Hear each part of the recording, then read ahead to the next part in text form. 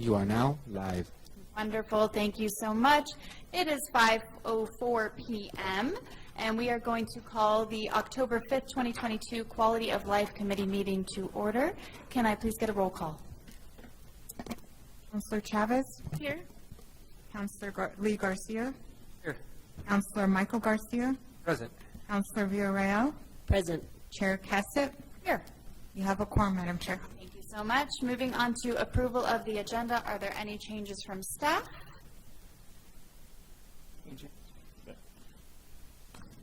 Madam Chair, we have two items that will be pulled.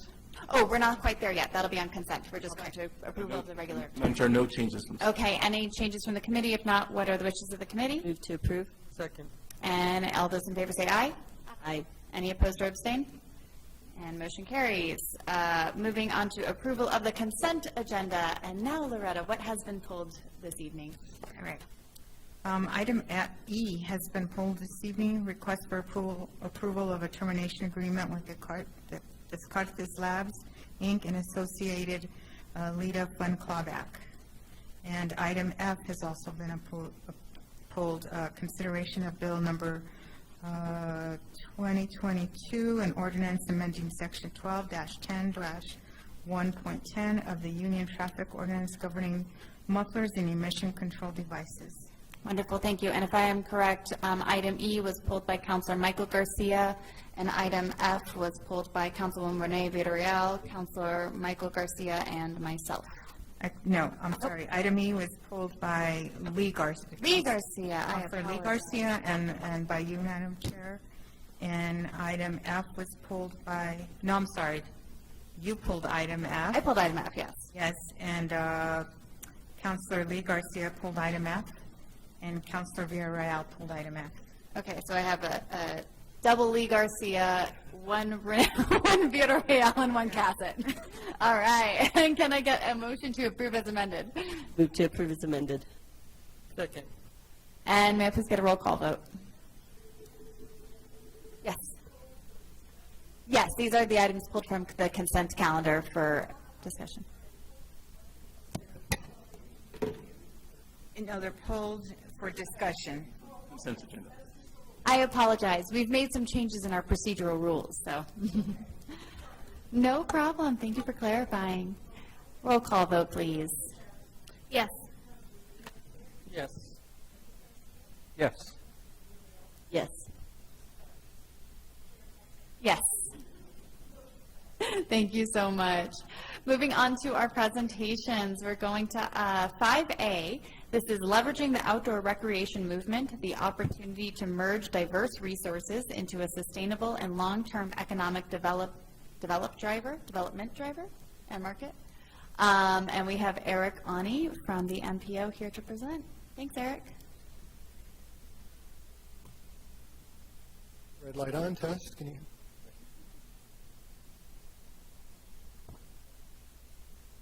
So, again, good to see everyone tonight.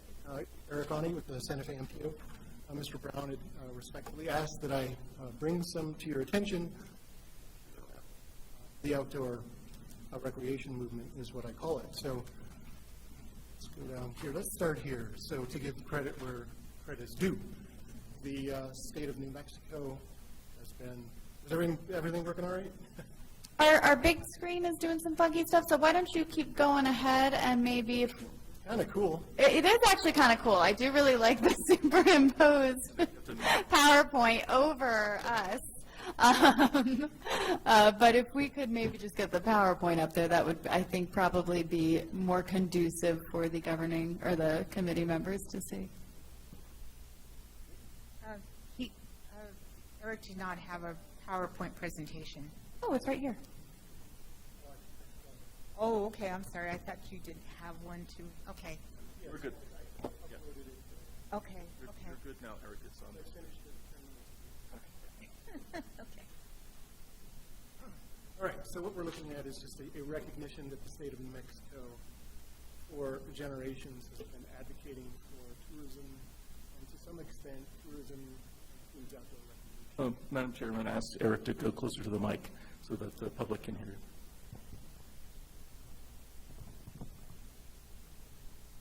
And that what what we refer to here as the latest movement is part and parcel of years and years of work on where the state of New Mexico and Santa Fe County is today. And I really like the where to go to become rich, 1880 image there. I came to Santa Fe to become rich myself. And in a slight fact, transportation geek fact, 1880 is when the first train rolled in to Santa Fe.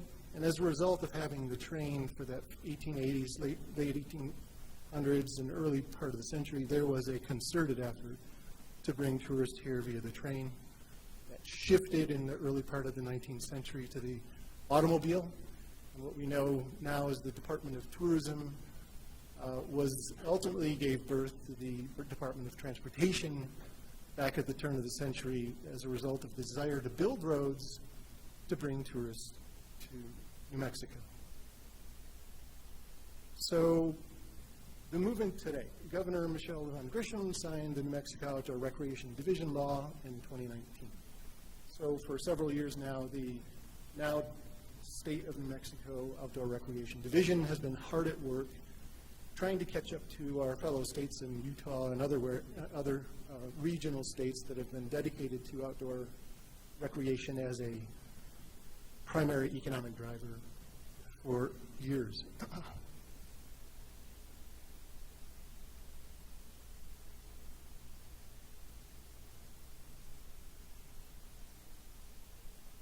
So the Outdoor Recreation Division has these key tenets, which is sustainable economic development, conservation and access, equity, education, health, and wellness. And they've also backed it up through our state legislators with state funding to back it up for local communities via this trail grant. So right here is a $2.74 million in funding awarded, but as far as I understand now, that there's approximately a $7 million rolling fund for communities throughout the state. I'd like to focus a little bit about, and I'll talk a little bit more about both access and equity here. We think about sustainable economic development and how important that is, conservation, yes, education, health, and wellness. But at the end, I'm going to talk a little bit more about where Santa Fe is and access and equity.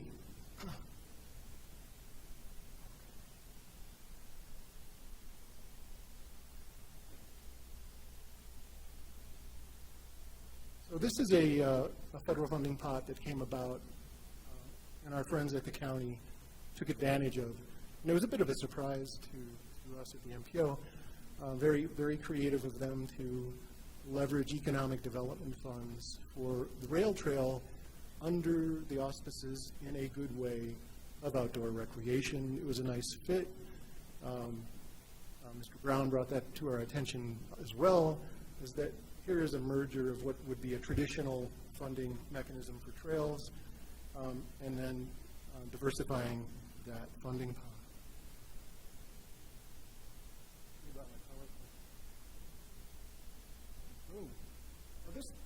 This data is a little old, but it really does indicate nationally that outdoor recreation is a player financially, economically, across the nation. And it's really kind of an eye-open that a lot of energy and finances and resources really do go into outdoor recreation as we know it.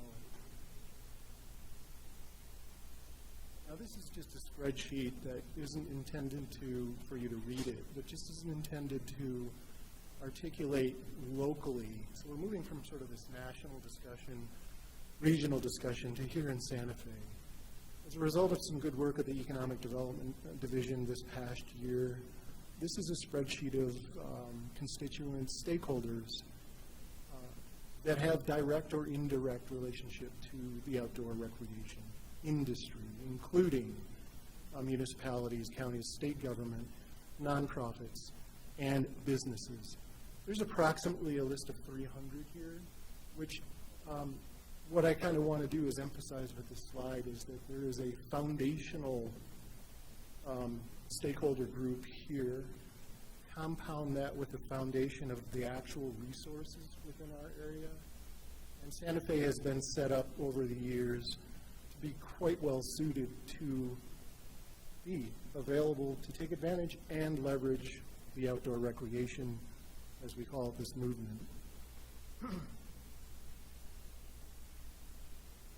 this is just a little bit of a hodgepodge of maps of sort of reflecting on just locally the access we have to the multitudes of different recreational opportunities within a reasonable distance of right downtown Santa Fe, whether it's bird watching, whether you're looking at the state parks, whether you're looking at federal lands, and then, of course, our local trails.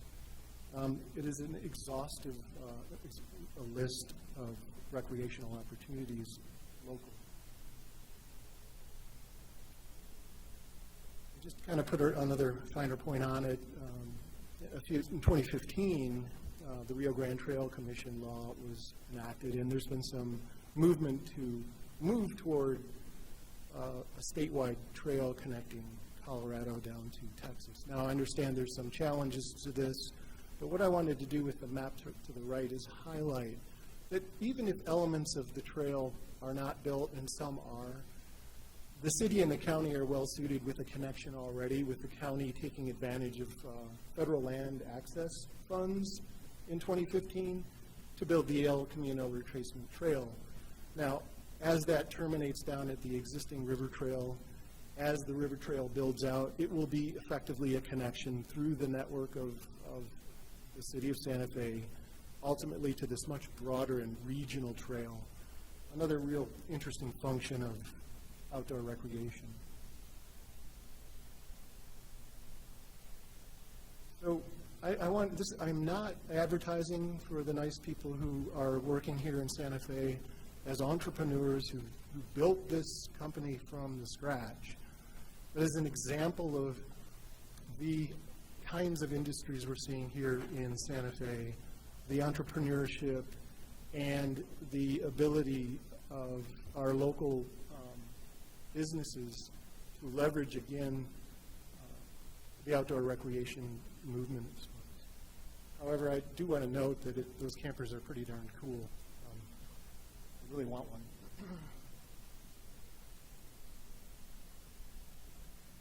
So I want to give you just an example from the MPO transportation perspective, too. And then this goes back to the original slide regarding the New Mexico State Outdoor Recreations Division commitment to access and equity.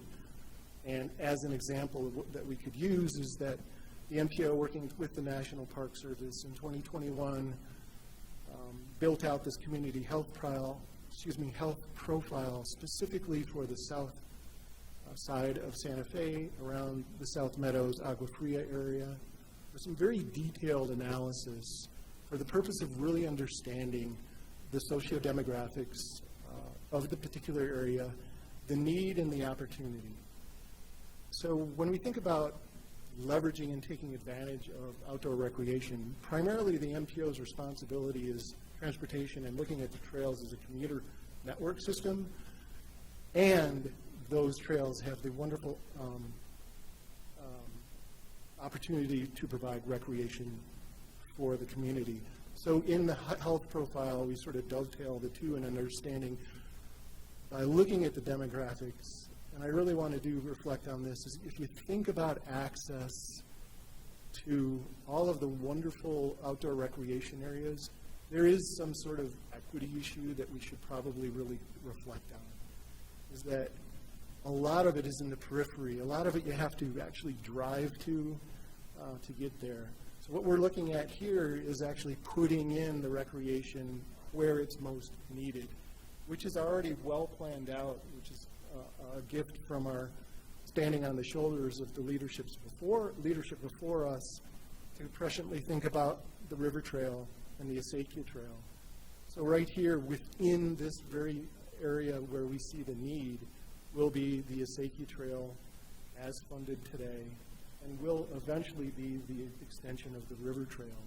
So it's just a very specific example of how to leverage and hopefully the future outdoor recreation issues. So that is the end of my slide. What I wanted, my slideshow, what I wanted to do with that information is just offer it up to the city for you to consider in terms of, we know this movement's going on. As of today, in Taos is starting today, in the next 3 days, is the Outdoor Recreation Economic Development Conference, which is huge. It's blown up over the last several years since, and they began having the conference. The who's of both the economic driver sector and the recreation building of such projects are all in the same room together for 3 days to further advance this cause. So this has now become, in a really, really positive way, a systemic, sort of institutionalized, in short time, compared to when I'm looking at the slides back from 1880, that the state of New Mexico is saying, hey, we're dead serious about this, and we're going to put some money where our mouths are. So in terms of leveraging, the opportunities are great. We can look at opportunities when we develop the new comprehensive plan, when we look at different divisions, MPO, transportation, economic development. How can we work together for the common goal? So I will leave that sort of vision with you and then stand for questions. Yeah. Madam Chair, may I add some little bit context to Mr. Ani's presentation? I wanted the council to know, and good evening to everyone, that the outdoor industry is one of our key industry clusters that we're looking at as we diversify the economy. And it's broken up into 3 categories. It's broken up into manufacturing, experiences, and entrepreneurship. And so as we look at it from an economic development and a community development standpoint, we will look at it in those subcategories. Into Eric's point about the conference in Taos that's happening, that's the same way they're doing it, and in the same way that the State Economic Development Department is looking at it too. So manufacturing, experiences, and entrepreneurship is how we will look at outdoor industry moving forward. And we, Chair Cassett was at our last convening, and we're hoping to have one at the beginning of the new year in the snow, but we're looking at it from that standpoint. And secondly, I wanted to say he had a slide of a beautiful camper on the screen, and that actually is a company called Earth Traveler, and they recently received LEDA funding for their growth, and Casey Dabler, who's at the room here, is working with them to, with the state as we figure out the LEDA and jobs training for that company. We're very excited about them, young couple, immigrants actually from Puerto Rico, or not Puerto Rico, Dominican Republic, I think, that have moved here. So very, very exciting about what's happening. Puerto Rico? Oh, it is Puerto Rico. So I want to just add that context for our outdoor industry. So thank you, Mr. Ani. Thank you so much. Thank you both. And are there any questions or comments from members of the committee? Councilwoman Villarreal. Thank you, Madam Chair. Thank you for the presentation and all your work around equity as it relates to not just transportation, but recreation. Eric, you're always very keen on that, and your staff and MPO to be able to incorporate equity into all the plans that we have for the city and how we look at multimodalism. So I appreciate that. And I just want to say that when this came about for the state with the Outdoor Equity Fund, and thanks to actually giving credit to Representative Angelica Rubio, who spearheaded that with, there's some other folks. There was a group of folks, but she basically spearheaded that. I was really appreciative because not everybody was sold on it. And it took a while for them to express the importance and why it's important for New Mexico, but also for our local population and being able to have access to the outdoors. And so I'm really appreciative of her, and actually Gabe Vasquez was part of that as well. I don't really have any questions other than what Rich said about the teardrop. If they need us to test it, I'm willing to try it. It looks amazing. Probably can't afford it, but if they need someone to test out their models, I'd be happy to do so. And just excited for any opportunity that we can see funding that can support equity. I know we partner with the Santa Fe Conservation Trust, and they do some outdoor activities that's really trying to get people outdoors and out walking. So I know we partner with them for that. And then, so I don't know, are there any other opportunities that you know of that we could potentially be in partnership with that could even access the outdoor equity funds?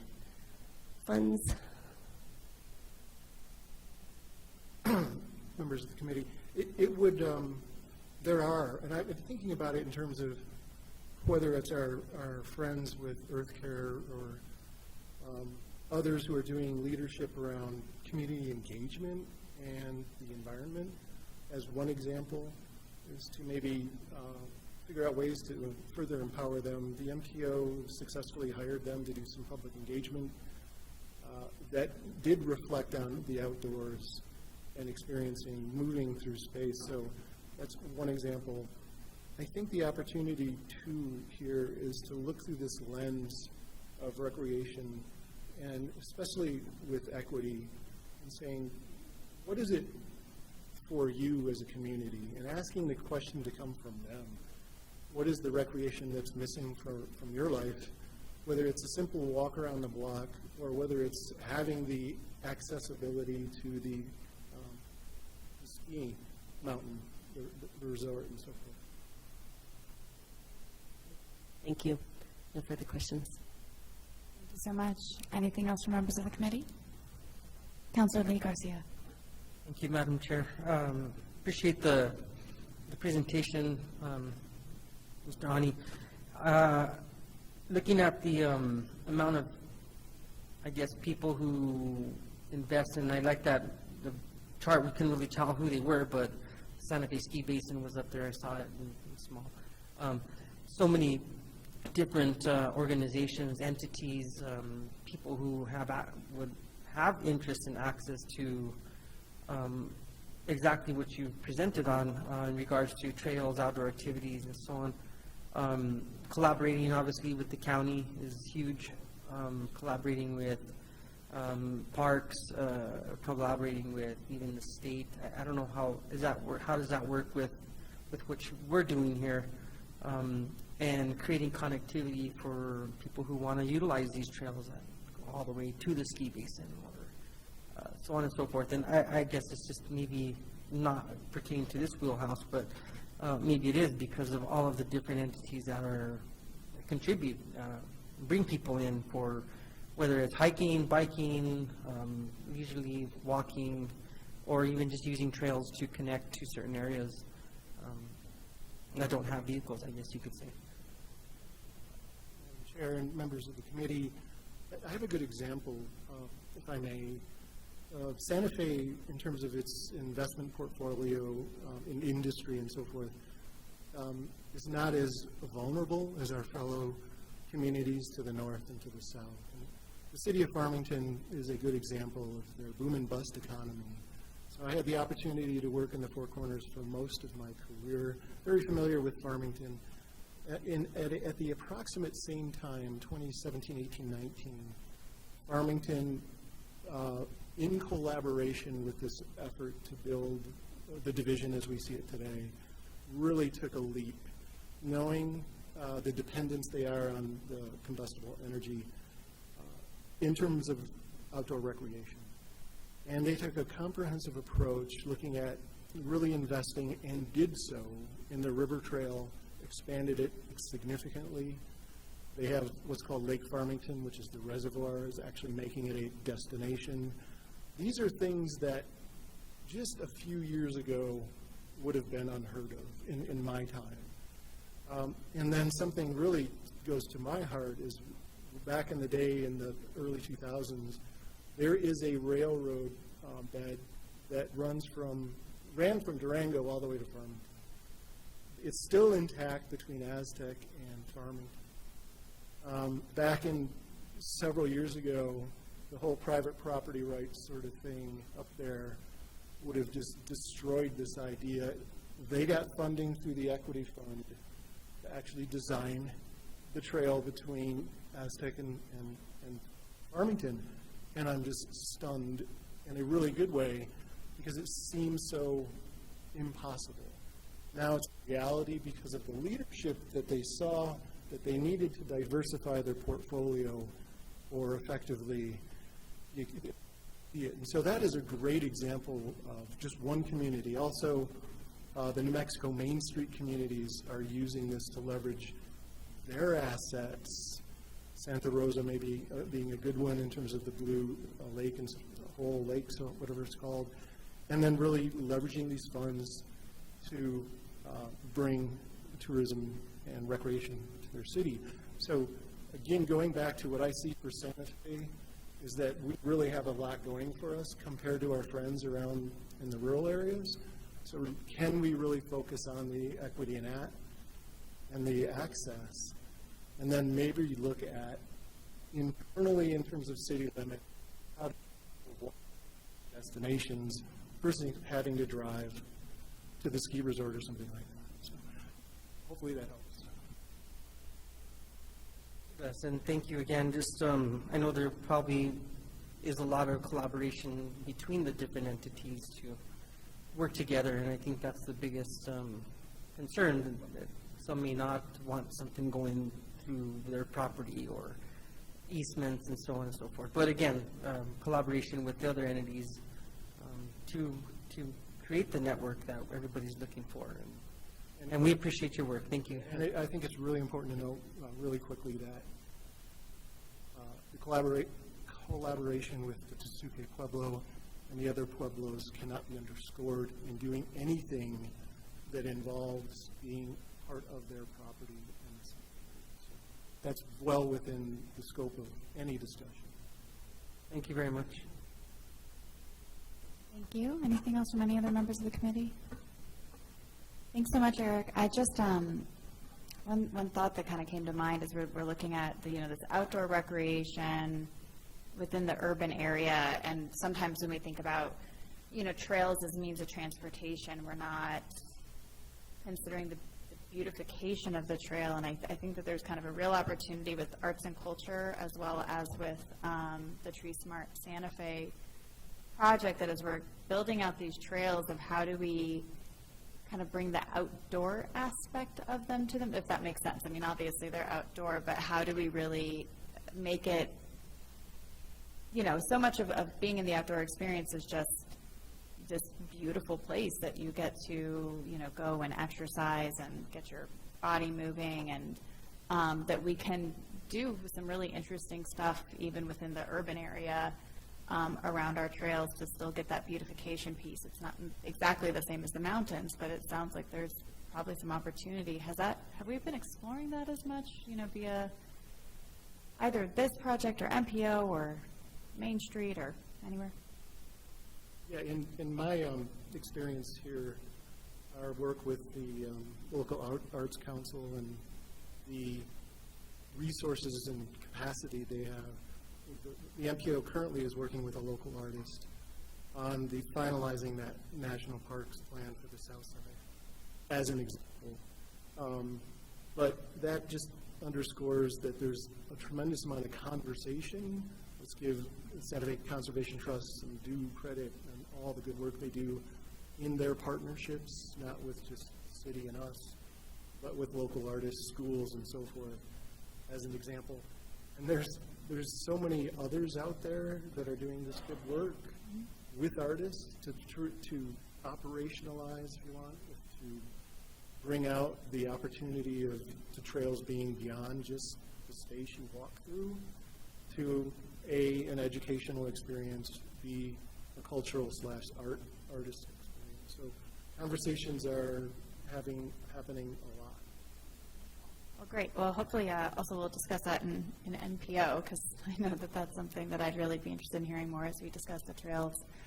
And yeah, thank you again so much for being here. And I will just say, if anybody else is interested, we do bring this topic to EDAC kind of regularly, like quarterly-ish at this point, Rich. And so if you're interested in learning more, we've already had a couple presentations in EDAC, and I believe that we'll be getting an update again in another few months. So just a heads up for everyone there. Thank you. Getting my agenda back up. All right, so moving on to our next presentation, we have a Midtown progress report, updates on Midtown redevelopment plans. We have Daniel Hernandez here in person as well as Rich Brown, and I see Lee in the audience, so I imagine he'll figure in at some point. So I will hand it over to you.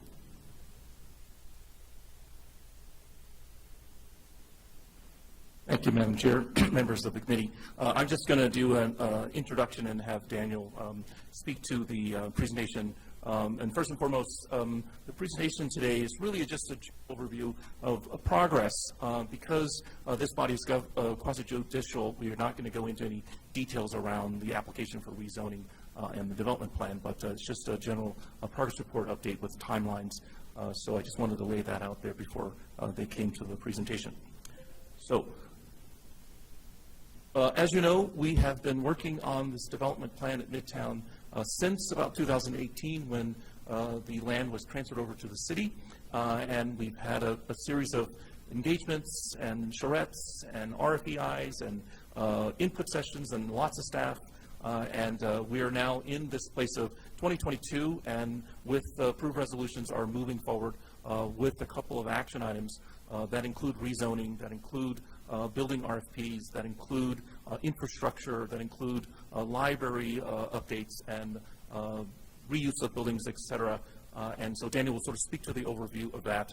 Additionally, we will speak to the community development plan and the land development plan that merge together as we come to the Planning Commission with our application. So with that, I'm going to turn it over to Daniel Hernandez, our Midtown Project Redevelopment Manager, to take it from there, and then if we would like to add, be great. So, Daniel? Good evening. Like Rich said, this is really just a progress report. It's not very technical in nature, but I know that there's a lot of questions that are zooming around in the air, and so I think we'd be prepared. The project team is here, actually. We can introduce them if there's questions that I can't answer, but again, this is a progress report bringing you up to date on what's going on right now. So as background, I think one of the things we need your help in being able to communicate to the public, and also as you begin to hear the plans as a governing body, as well as this committee and the Planning Commission, is that there are two plans that will be presented to the governing body in November. The first one, and we're calling them the Midtown Redevelopment Plans. They're complementary plans that will work together. I'll review them in a little while, but we want to communicate to the public that these plans work together for the redevelopment of Midtown. Again, I'll explain them a little bit in a little while, but I think that there's some misunderstanding around it. So if you have questions about that, please ask, and we'll try to clarify that tonight. So the first piece of it is the land development plan.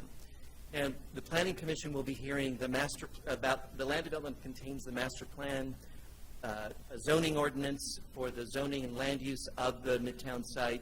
It will also adjust some language within the link overlay, and then it will provide the language for the ordinance so that it includes the Midtown master plan and zoning.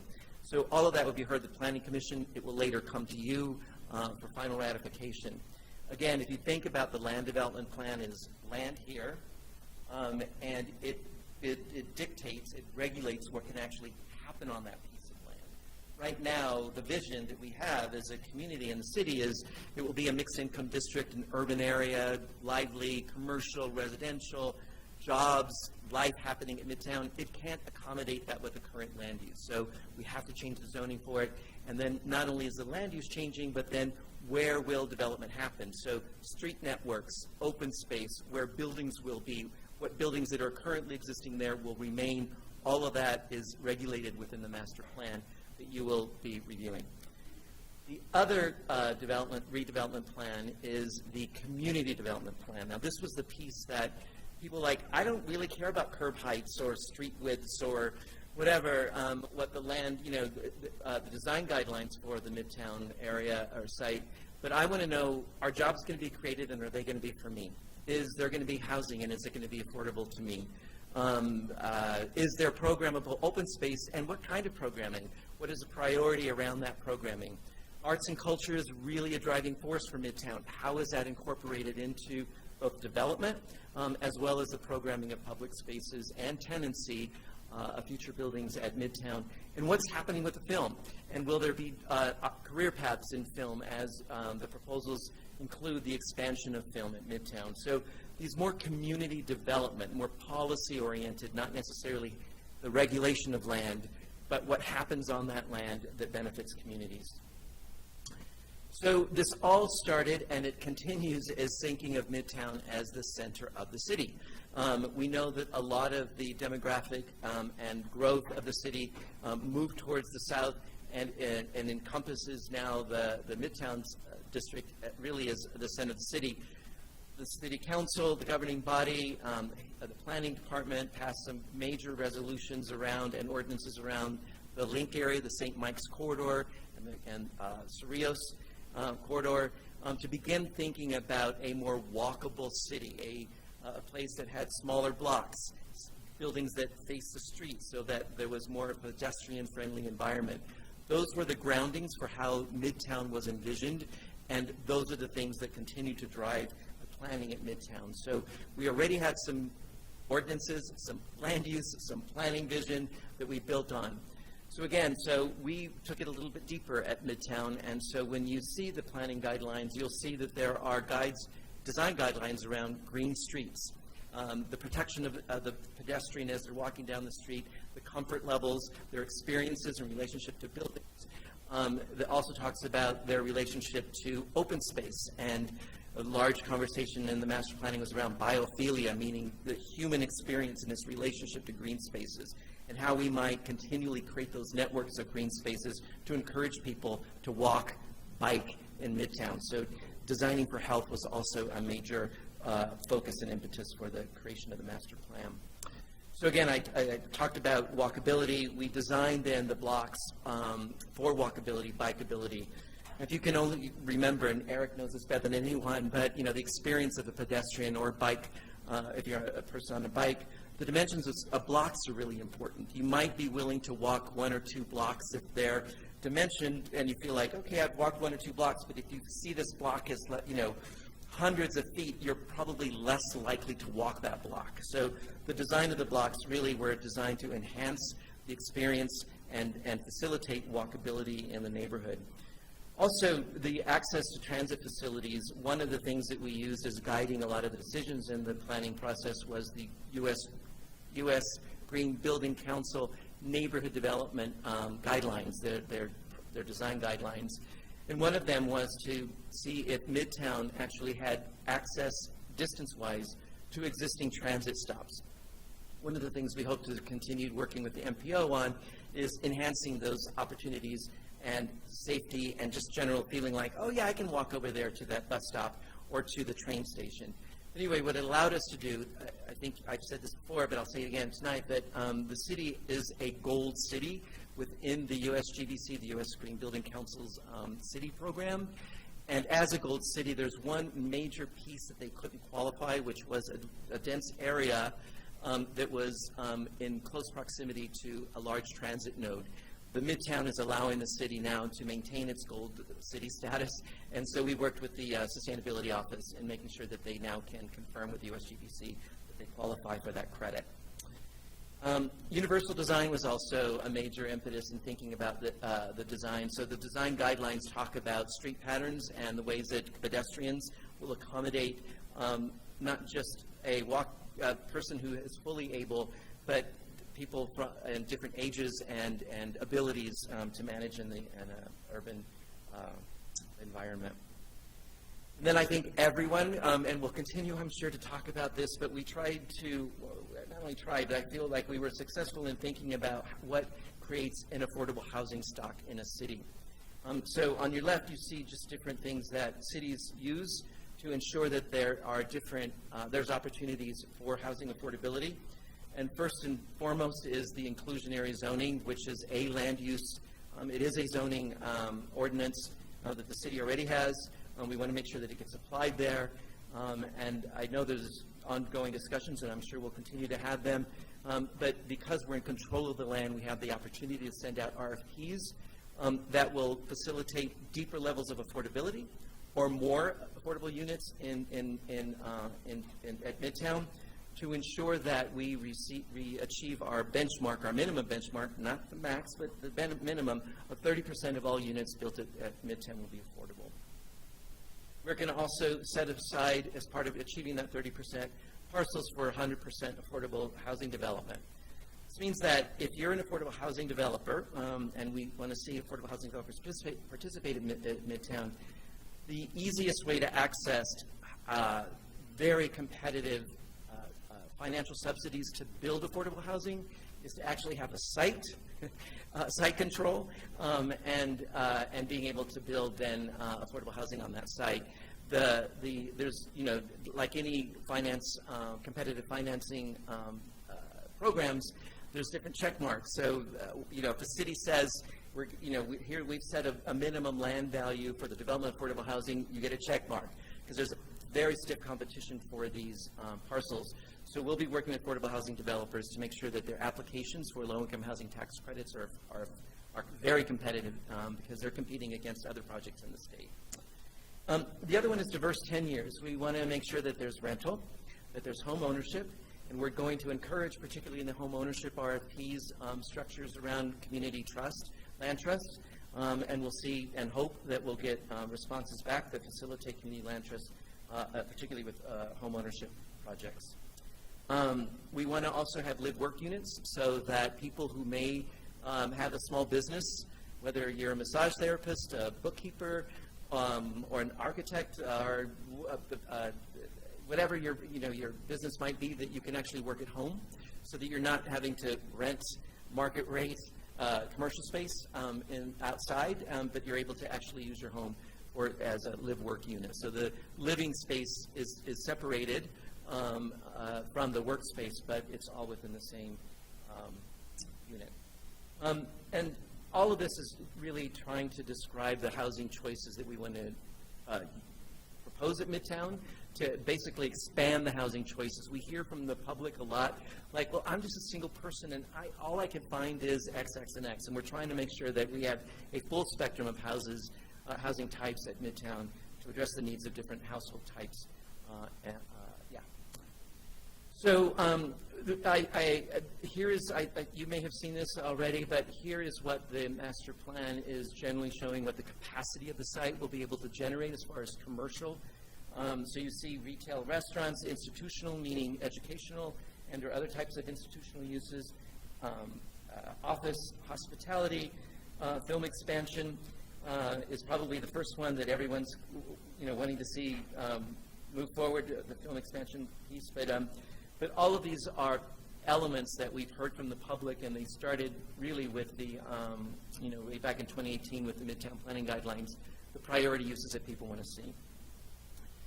Here's the amount of units, residential units, that we think that we'll be able to, or that the development studies show that we'll be able to produce at Midtown, so an estimated 1,100 units, 30% of those as the baseline of what will be affordable to moderate and low-income households. Again, the open space area is here, and I also want to make it clear that does not include the adjacent park that exists right now, and a lot of the greenways that you see proposed as part of Midtown are part of not only programmable recreational space, but it's also part of the water retention and detention system, of course, green infrastructure at Midtown as well.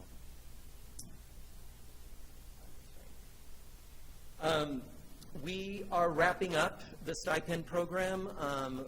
We started with the city doing workshops in 2018. They had 5 local firms doing designs for vision designs for the future of Midtown. And then more recently, the city sponsored public engagement, and most of you know that we had local community organizations manage and implement a public engagement process that ended in a report that is on the Midtown website, and that'll come up next. Part of that was to, we were asked by the same community organizations to establish a stipend program that would continue after the report was completed, so that they can continue public engagement work. And that was managed out of the Office of Economic Development, but it's wrapping up. I think the end of this week is the last time that people can apply for a grant, and that their event has to happen, I think it's at the end of next week. So we're trying to wrap it up so we can get any information before we actually go to the planning hearing on the 20th. So here are the deadlines, the timelines for approvals. Again, we started the land development plan approvals process in July 14th. We had the early neighborhood notification meeting. The land use application was due to the land use office on August 22nd, and the planning commission hearing will be October 20th. So just in a couple of weeks. The community development plan, being a policy plan, will go direct. Well, actually, I presented it to the planning commission in September because I wanted them to sort of understand the relationship of the two plans, the community development plan and the land development plan. But the governing body will be the final body to review and vote on the community development plan.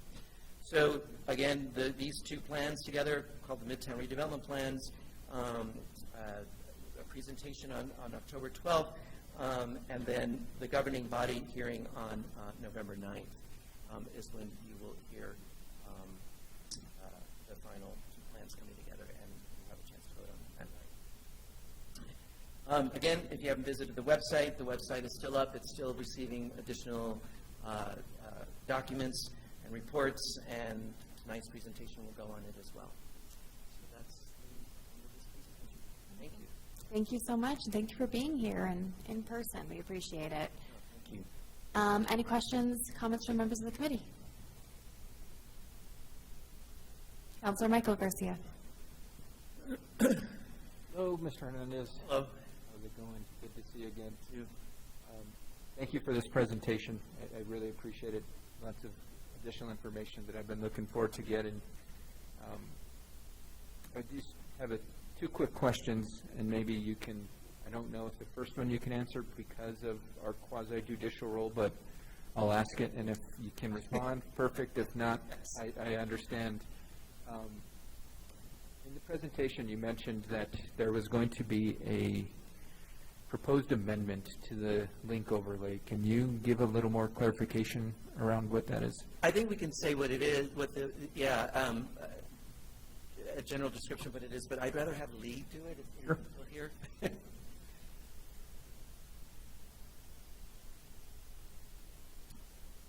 Good evening, councilors. Apologies for my casual appearance.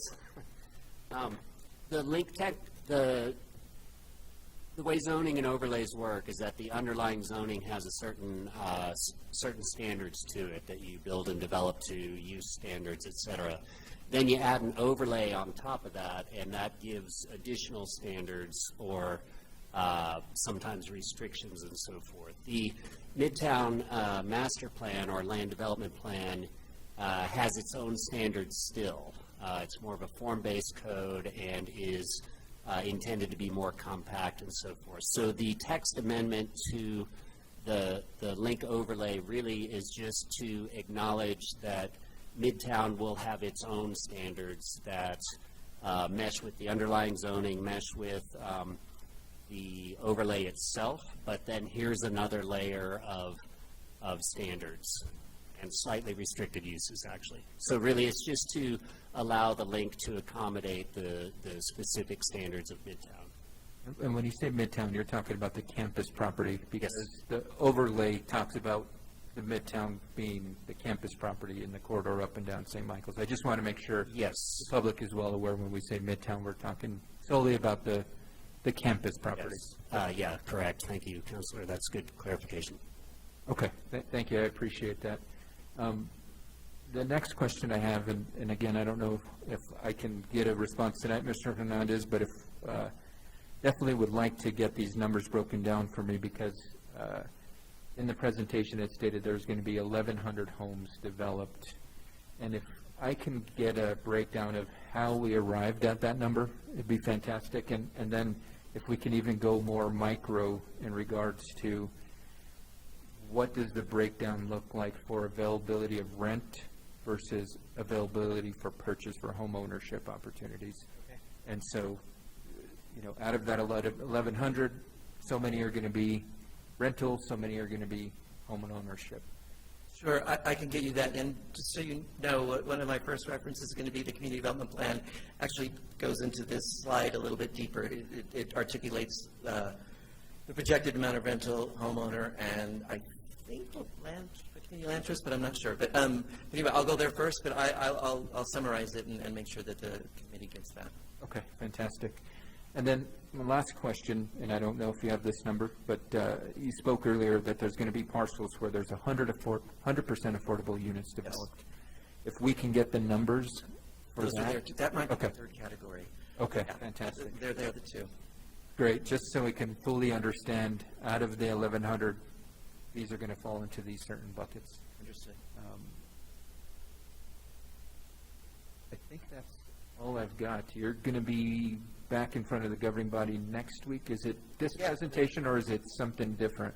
I think it's this presentation, but we may do some updates because we're kind of getting new stuff developed every day, it feels like, but it may be a bit redundant. Do you have a comment about that? No, perfectly fine. Just wondering, because I know Monday we had finance, which was a more financial focus. Today is a little more overview. Yeah.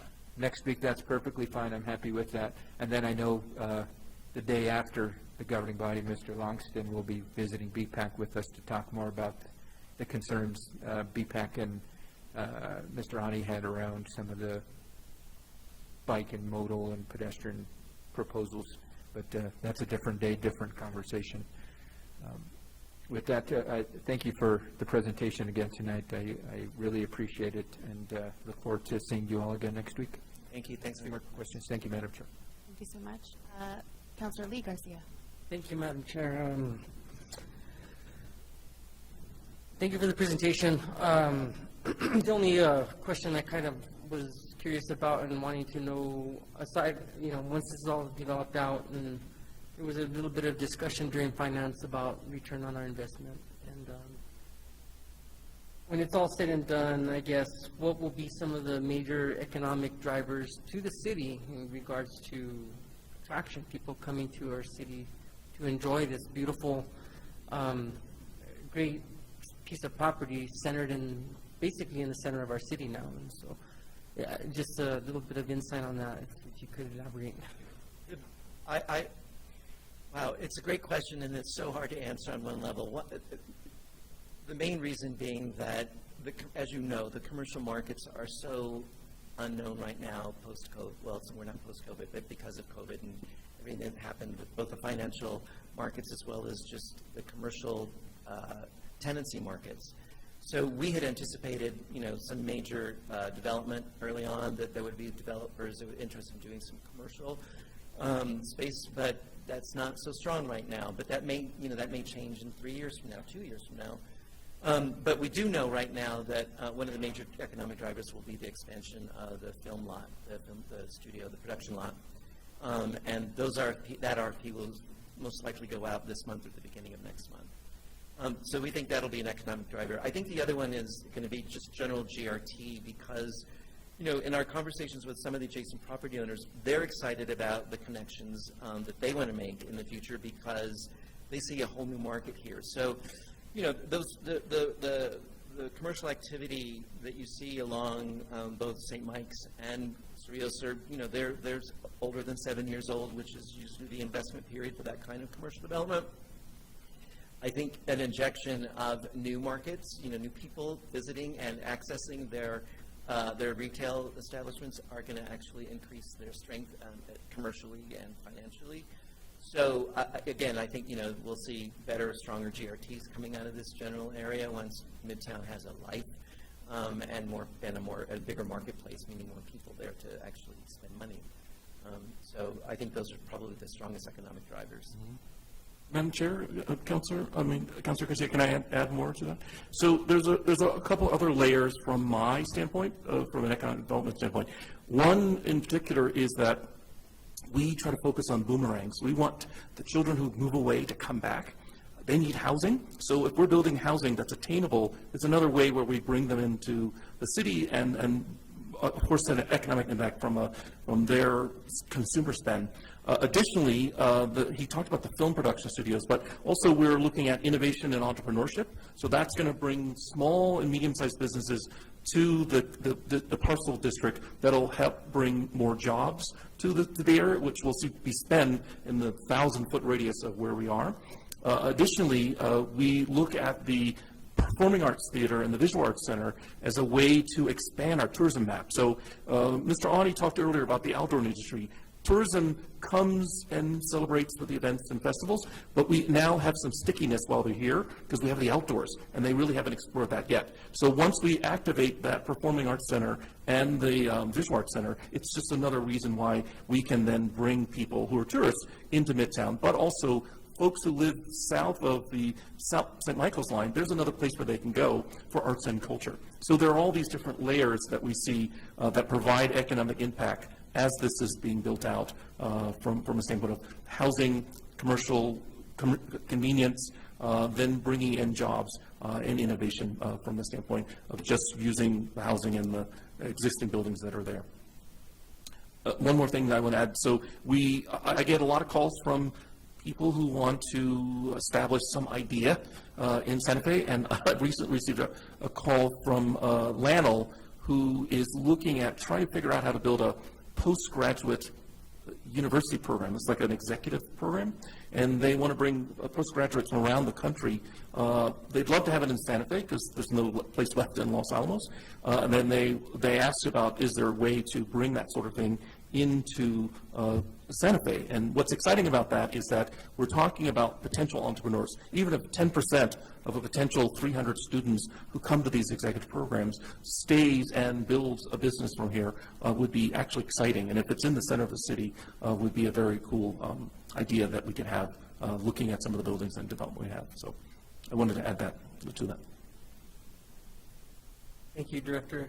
I think that a lot of this will, through your work in the identifying areas of the plan, the general plan of that area specifically in regards to what's going to be developed, how it can develop, and housing is a really big aspect of this because obviously we will be able to provide hopefully good affordable units for people to purchase and or rent and or lease, I guess.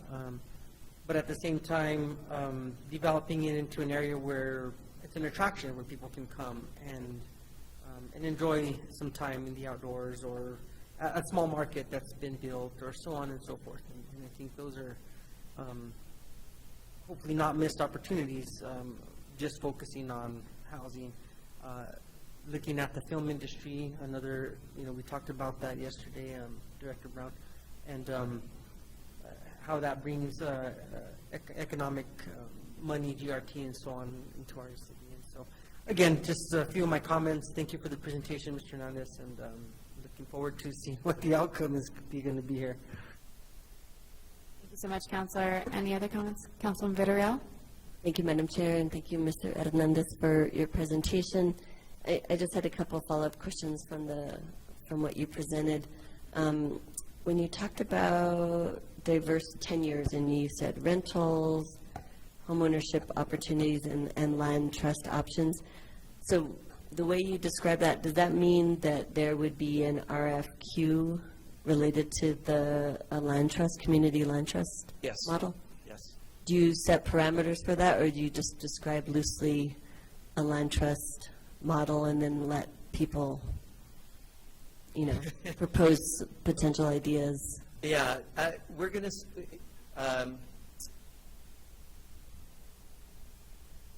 we're still receiving information about, how people would want to see a land trust set up.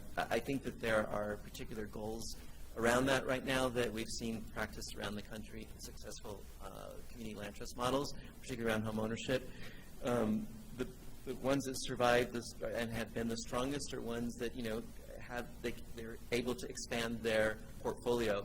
And so we want to encourage proposals that actually have a strong business plan on, if this is their first project, what is their business plan for developing additional parcels in adjacent neighborhoods that could use long-term affordability in their home ownership in their neighborhood. So we want to encourage models that are respondents that actually are thinking more about just the redevelopment of this site, but in the broader context of a bigger land trust that we can all look toward. Not just this site, but other potential models in other parts of the city, or? Well, Right now, the thinking is an adjacent property. Okay. Adjacent neighborhoods. Good. One of the things that the community development plan talks about, and I encourage all of you to check it out, but it talks about the stabilization planning process for the adjacent neighborhoods. And one of the things, it just lists a series of questions that might be considered within that, but again, is development of vacant and or underutilized parcels for, for community land trust models. Okay. Thank you for that. You said that expand housing choices. Was that the same thing as diverse tenures? No. Anything from, I'm articulating a full range, but from, condominiums to multifamily apartment to 1 bedrooms to studios to 3 bedrooms, so that we're trying to, provide housing for markets that actually don't have much of those choices right now in Santa Fe. Okay. All right. And so the commercial section talked about different potential ideas and then actual square footage. So I'm curious, the ones that were listed, and you actually have specific square footage? Yeah. Bless you. I don't know who's sneezing. Oh, there we go. Uh-oh, should we put on our mask? Was that from inquiries and interest, or how did you all decide? Because, hospitality lodging was a new idea that I don't remember from the past, but I'm just curious, out of those listed, we had talked about retail just kind of generally, and now and also institutional and office. So how did you all arrive at the square footages? And if you could just say more. I guess I was just thought it came out of inquiries from people and interests, but if you could tell me more about that. It was a combination. The retail and restaurant mostly came out of the proposals for, that we, oh my God, I don't know what's wrong with me. Sorry. It's the fluorescent lighting. I blame it all on this awful lighting. At the end of the day, too. But the restaurant retail was more about mixed-use buildings that we want to see developed so that there's residential up above with commercial down below. And so we identified a series of those buildings and how much ground floor retail restaurant there could potentially be, and that's how that was established. The institutional that includes existing institutional, like the public library and the Garson Theater and the Visual Arts Center. And it also included some additional parcels just to be able to say, like, if there was a school that wanted to expand there, that there's some opportunities for that too. So again, these are fairly fungible, but we wanted to at least kind of get the basis also served as, or this served as the basis for the traffic study. So we had to provide something to say, here's approximately how much commercial square foot, so that they can estimate how many people would be coming in and out, blah, blah, blah. So anyway, that's... Is that also the higher ed yeah. Yes. building? Oh, no, the existing? Yeah. No. Okay. No, it doesn't include that. And then the lodging hospitality, can you tell me more about that? Yeah, again, that was sort of just, we had heard from people during the process that they would like to see that because there may be a demand for it, because if we're expanding the film industry there, that lodging for crews, actors, et cetera, there may be a demand for that. So we just put it in there. Again, fungible, it may never happen. It may never be a priority for the city, but this allows for it. All right, thank you. And let's see. The open space, when I look at the I call it the markup, but it's just a visual that you provided. Yep. So you said it didn't include Franklin Miles Park. Right. But it looks like it includes, and I can't tell from this picture, the arroyos? Well, actually, yeah, I mean, it includes that whole, on the eastern side, it includes that long path that is mostly vacant. There are some structures on it right now, some residential structures. And then down below, that is vacant land right now. vacant land, or is it the arroyos that, It's the arroyos. okay. All right. So, and then this question's for Lee. It was related to the amendment for the link overlay, which I was part of, and there's a provision in there that talks about how if there's development that occurs, there would be a requirement to use the development impact fees for the surrounding contiguous communities, and for, I don't know what kind of improvements, and we haven't tried it out yet, so I'm just curious if that's going to change, if this doesn't, if the text amendment acknowledges that the Midtown will have its own standards, does that mean that this particular provision will not apply? Counselor, I need, excuse me, I need to better understand where you're pulling that provision. Is that from conversation you're having with land use, or? No, that's actually part of the overlay.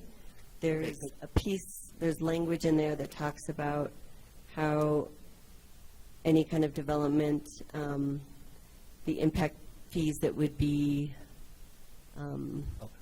associated, or what is the word? I'm trying to think of the word. Madam Chair, I just want to let you know, Councilor Villarreal, we might be moving into the application question stage, so I just want to let Lee know to be sure, because this is a quasi-judicial group. We just want to make sure that we don't cross any lines with that question. But it's a very good question. I'm just saying, making. Well, I'm just noting that because we worked hard to try to figure out what's an equitable way to look at if development's going to occur and we're giving some flexibility in the link overlay, that we would want to make sure that development and those impact fees associated with that development would then benefit the contiguous neighborhoods, because there is distressed areas and low-income neighborhoods that surround the link or are contiguous to. So we put in that provision, and we haven't tried it yet because nothing really has come about. Right. And I'm just concerned that that would be taken out and that it wouldn't apply to Midtown. Okay, yeah, now I understand you, Counselor, and it is safe to answer, Rich, that we are not taking out that provision. And just want to clarify, too, that one thing that came up actually talking to land use today about the text amendment, because they're literally like finalizing that, you know, and one thing that was pointed out that I think maybe has possibly been forgotten over time is that for qualifying residential projects within the link overall, impact fees are actually waived. So not every project in the link, there haven't been any, but in theory, not every project in the link is going to be a qualifying project, and not every project in Midtown is going to be a qualifying project. So impact fees aren't waived on every development, you know, is the point I'm trying to make. And no, the proposed text amendment is not making any changes to the use of those fees. So qualifying projects for housing specifically, or? Yeah, that's one of the things that makes it Right. qualifying, is that it has an amount of housing associated with it. So Thanks it's for that actually in clarity. the link already that those impact fees are waived, along with wastewater and water utility expansion charges and development review fees. I'm not sure I'm giving you the exhaustive list, but So then that provision, who would it actually impact? Resident or commercial? We put it in there, and you know there was a reason for it, and now you're saying that's interesting because now it kind of contradicts the whole purpose of it. What would it apply to? The impact fees that I'm describing, how it would go to the contiguous neighborhoods? Counselor, I would need to get back to you with a little better prepared to answer that better. It's honestly, during my time as a current planner, it was, as you stated, you know, it never came up because there were no projects like that. I have been focused kind of 100% on the master plan and so forth. Land use has kind of handled the amendment more. I'd like an opportunity to answer that better prepared. And then also I feel like I should talk to legal and make sure whether we're, you know, kind of crossing a line or not with the quasi-judicial. I think you just want to understand. Well, first I want to understand if Link is like contradicting itself as its current state or its current form, and then how, if there's a possibility that the Midtown and its own standards will then somehow, Supersede. thank you, I'm trying to think of the word, supersede the Link requirements.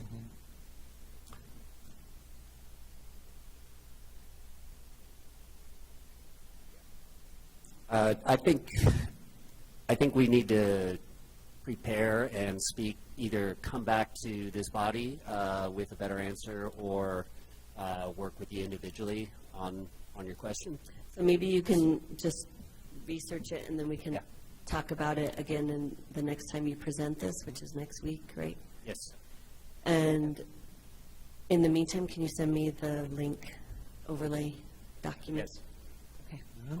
All right, thank you. That's all I have. Thank you. Thank you so much. Any other questions or comments from the committee?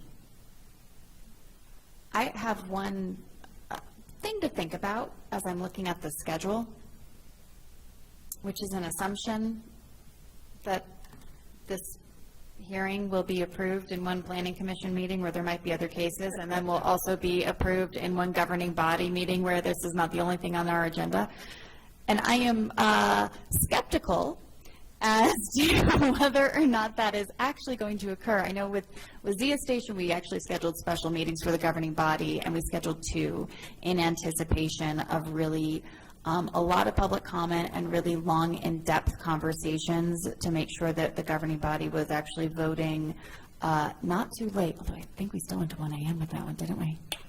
But, you know, so our brains were a little bit more fresh as we were taking all this information in. And that's something that I might recommend with, I would imagine that Midtown will probably draw a lot of public comment, and it's going to be a hefty conversation. And so I would doubt that this is going to go according to schedule. So just something to think about for the team as we are barreling towards the end of the year, especially with us only having 2 regular meetings, or 1 regular meeting each in November and December. So just a thought. Thank you. Yeah. Madam Chair, I just thought of one more thing. I just wanted to thank you all for updating the website. It's a lot better. And you can navigate and find different sections of, information that you're seeking. The one thing I would suggest, the activity center or activities and events calendar, it doesn't include these dates that we're talking about. Okay. And I don't know how it would be organized, because right now it seems like it's just showing events. Yeah. But if we can add like what the next steps for these meetings, whether they're information or actual voting meetings, I think it would be helpful to put it on here. Consider it done. Thank you. Wonderful. Thank you. Good suggestion. And I think we are good. Thank you so much for being here. Thank you for the presentation, and we will see you in a week. Yes. All right, let us keep going. Let me get my agenda up. So moving on to items pulled from consent. So we first are moving to item E. This is request for approval of a termination agreement with Descartes Labs, Inc. and associated LEDA funding clawback. We have Casey Dalber, Business Growth Manager with Economic Development, Andrea Salazar, Assistant City Attorney, and Rich Brown, our Community Economic and Development Director, here to present. And Councilor Lee Garcia, you pulled this, so I'll send it over to you. Thank you, Madam Chair. I just have a clarification on the, what the city has received, 24% of the anticipated benefit, and how you got to the 24%. Was it the GRT? Was it from the tax base? Was it other contributions to the city? And just kind of get an idea of what that was. Sure, absolutely.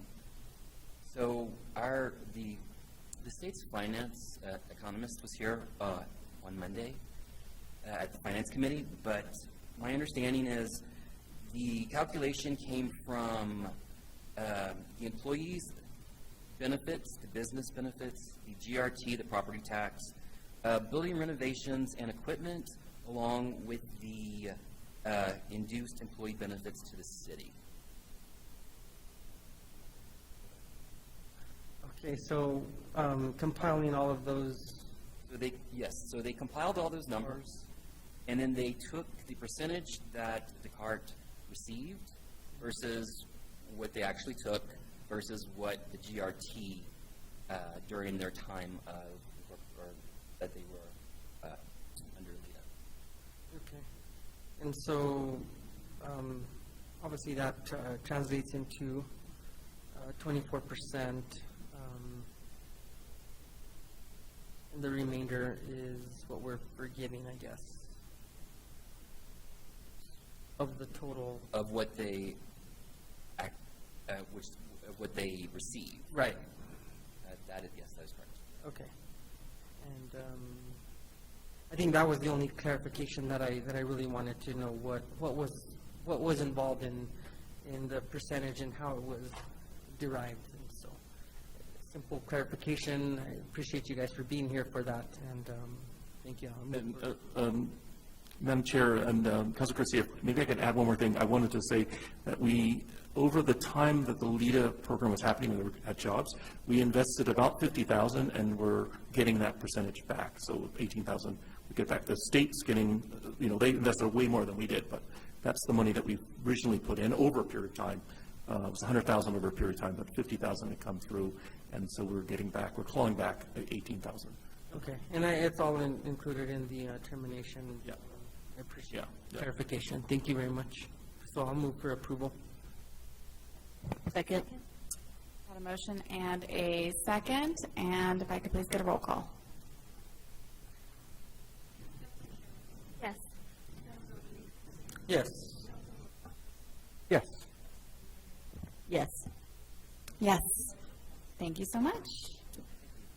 All right, let us move on to item F. This is an ordinance amending section 12-10-1.10 of the Uniform Traffic Ordinance governing mufflers and emission control devices, and amending Schedule A of the Uniform Traffic Ordinance to increase penalties for muffler noise violations. We have Kira Ochoa here, and DC Champlin, I believe, should be here virtually. That should have been set up to be possible. Madam Chair, councilors, that was my understanding, but if not, I can stand for any questions. Okay, all right, sounds good. Have we been able to figure that out with, do we have a Zoom? Are we on a Zoom? Is Alex here? Let me just ask also, Madam Clerk. Who's here? Bill, are you, oh, there he is. Oh, hey. Hey, there's DC Champlin. Wonderful. Great. Very, very excited that you're here virtually. Got a little nervous for a second.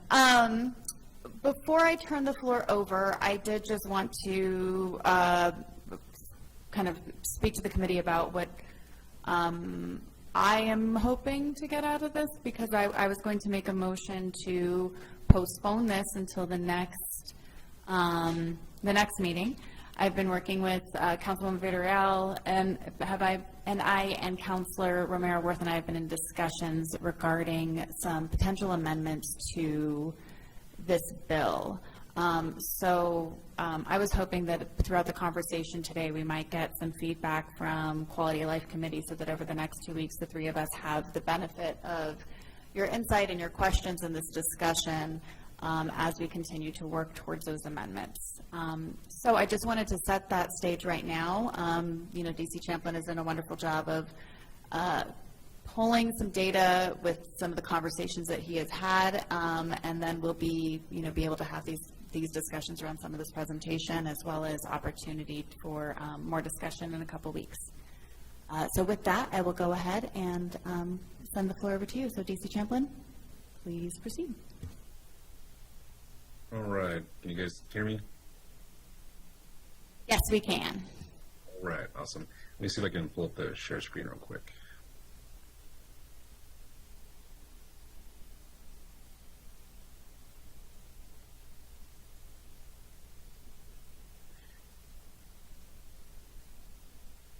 Okay.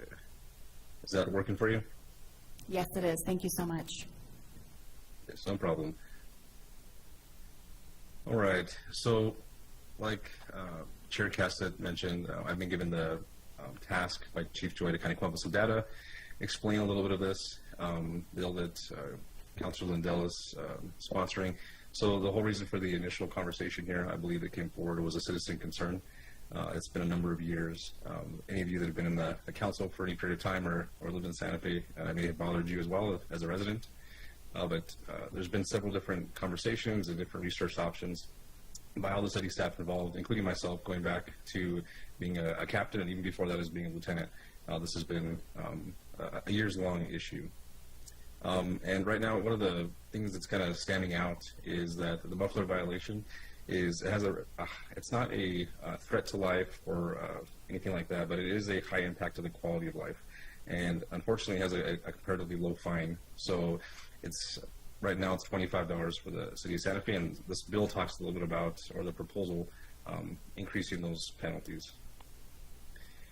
So this is just and you have this also, I believe, in the packet, at least this language, but this is the actual proposal, and in a nutshell, what it is it's increasing the penalties and creating a graduated scale with successive offenses receiving higher penalties. And it also brings in the auto body shops as far as making the installation of these types of mufflers that would have increased noise or fumes or smoke, what would be considered an illegal muffler, also bringing them into the same penalties as the drivers would receive who actually violate the ordinance. So as part of this, I asked Councilor Lindell had made some recommendations for fines and different levels of fees, et cetera. I asked the city's attorney's office or the city staff, rather, to look at our sister cities, some other larger cities, Albuquerque, Las Cruces, and see what they were doing. And the initial look at it was Albuquerque is pretty strict. They start at 500, and the second offense is, again, 500. But they will also boot the car for 30 days. In the city of Santa Fe, we don't boot cars. We don't have anything logistically in place for that, but that's something that they do in Albuquerque. And then at the third offense, it's another $500 fine, and then they will actually seize the vehicle itself. So, and it also includes the sanctions against the auto body shops in Albuquerque. So with Las Cruces, they start a little bit lower at the $100 range, and it can go up to $500. They have a range there. And one thing to notice, the standout for me, I guess, in these two is Albuquerque and Las Cruces adopt a 90 days in jail policy, I guess you could say.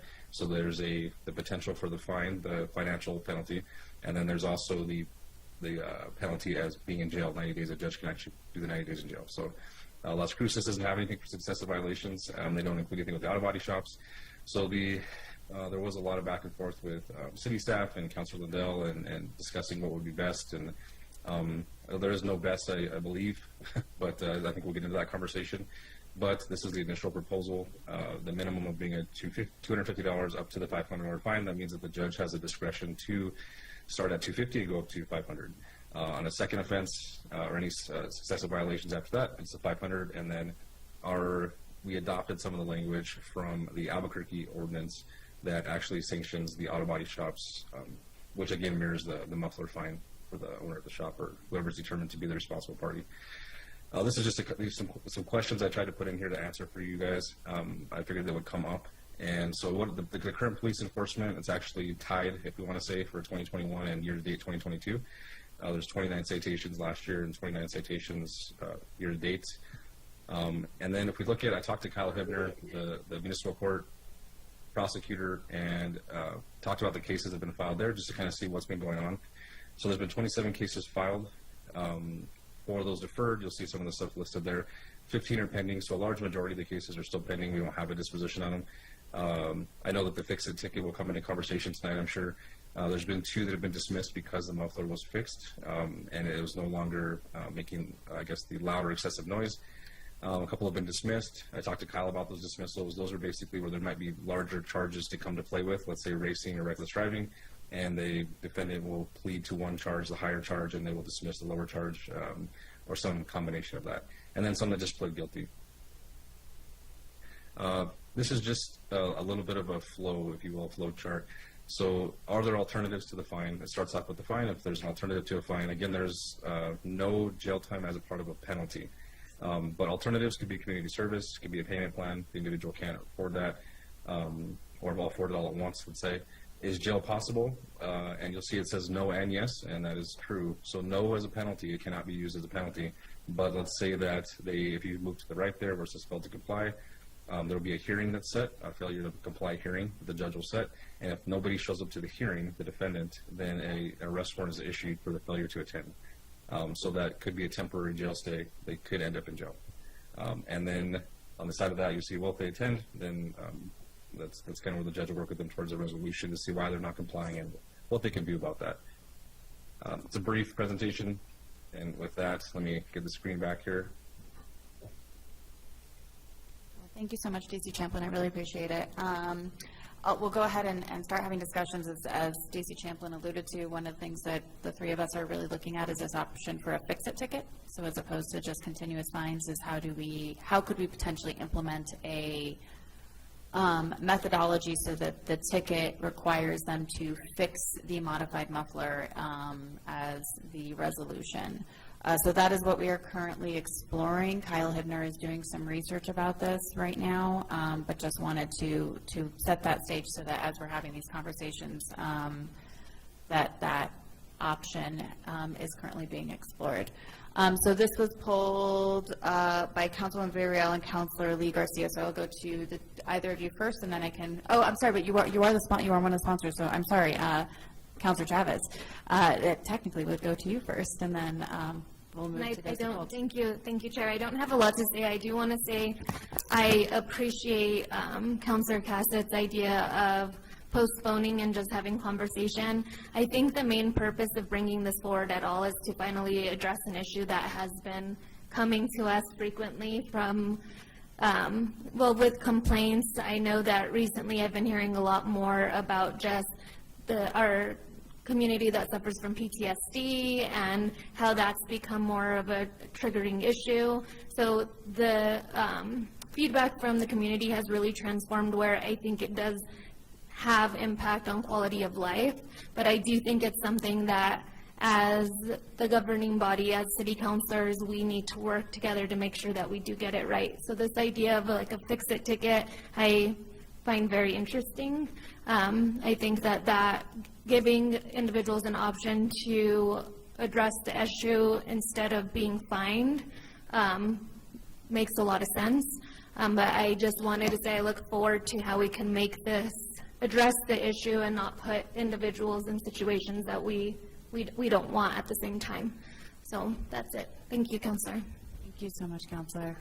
Councilman Villarreal? Sure. Thank you, Madam Chair. Thank you, DC Champlin, for being with us and providing some data. I think we all realize that, and personally we've experienced the disruption that's occurring with what I call loud drag racing and speeding down, at least in my case, Cerrillos, but it's also across the city. And it's, as we know, disruptive. It's frustrating. It creates unneeded stress in some people's lives. The other flip side to this is like trying to make sure that we make the right decisions, because when we change ordinances like that are affecting fines and fees, there's at times unintended consequences. So we want to make sure that we look at it from a holistic point of view, not just from people that complain, but also people that we don't hear from. So I also want us to be aware, most recently all of us supported equitable regulations for parking fees and traffic violations. And so raising fees kind of goes against what we've been trying to do to achieve equitable ways to assess fines and fees and looking at reform around these topics. So that's something that I just want us to be aware of, because you know, it contradicts kind of like some of the goals that we've been looking at in these areas. I think to start with, and I appreciate that we had some data, I really want to look at it from a bigger picture, and having data that shows how many citations or stops we've we've given or we've had since 2018. And I want to say 2018 because we're building up to a time that then we reach COVID times, and COVID times has changed a lot of things. So, and including the fact that not many people had been on the road, and so this kind of exacerbated some of the situations. So I would like to see the data similar to what you presented, DC Champlin, but from 2018 to 2022. And I don't know if it will really break down like stops that we just warned people, or we actually gave them citations and then it went through the process. And so if you could give us more information about that, that would be helpful. We did have, those of us remember that we had this similar ordinance change last year. Was it last year? And there were things that came up, and when we asked the police department about, especially the enforcement side, we were told that they found it difficult to enforce. So I guess I'm wondering what has changed since then, and how they plan to enforce this. And there's multiple levels of this. Will PD have the staff to enforce it? Would that then require them to know how to inspect a vehicle for modifications? And also investigating the time it would take to investigate potential installers of modified mufflers. So can you maybe shed some light on what has changed from PD's perspective then, which was like, we don't have really a way to enforce this? And by the way, this actual ordinance, not with the changes that we're seeing now, but this actual ordinance for muffler nuisance has been on the books since the 1980s. And so I want people to know that it actually has been on there, and so we don't really have data to look at like how it actually has been enforced. But with this current time that we're in with this administration, can you tell us a little bit more about what you're thinking or what has changed since last year? Sure. Before I do that, and just on my side, I don't know who is, and I hate to interrupt, who is controlling the Zoom. All I can see is 2 pictures of myself because I think I'm still up on the Zoom portion of it for the share screen. Is it possible, whoever is working the Zoom, to change that? Good call. I know it's completely disruptive, seeing yourself in this like Just 2 weird... versions of myself looking back. Who is controlling the Zoom? Philip, did you hear that request? It looks like they're working on it. One just went black, so Great. waiting for the other to see if I can see you all. I'm working on that right now. Thank you. I appreciate that.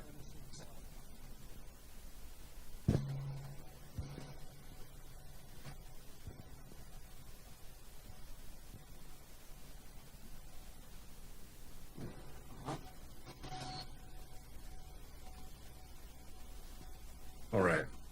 That's much better. Thank you very much. Yes, sir. So to answer your question, Counselor, I wouldn't say anything's particularly changed. I would say that the enforcement is still not easy because under this particular ordinance, it's a loud or excessive muffler. And we talked a little bit about earlier today in a side conversation, what qualifies as a loud or excessive? How do we quantify that? And we talked with Kyle Hibner, and what they're doing in municipal court is they are using the officers' we'll say experience, understanding of being in traffic daily in their normal duties of their professional job, and being able to testify in court to this car is louder than the standard car that is in traffic, and it is loud or excessive. And that's found people guilty. It's worked. So the judge is ruled guilty or verdict guilty, I guess you could say. This is separate from, under this ordinance mirrors the state law. So it is an exact mirror of the state law under the same ordinance. We also have the decibel-related ordinance under the noise ordinance, and that one's a little bit different than this. And that one is a lot more difficult because it's specifically decibel-related. That's where we get into the conversation of decibel meters, decibel readers. How do we get that? Do we have officers stand out in traffic with decibel readers? How are we going to facilitate that? Whereas the other one is, the one that we're talking about tonight, is more directly related to the excessive noise or loud And that's the officer's job to go in for that particular ordinance, language, verbiage, of the elements of that crime, we'll say, to go in and testify to that and either articulate it and the judge agree with such articulation or not.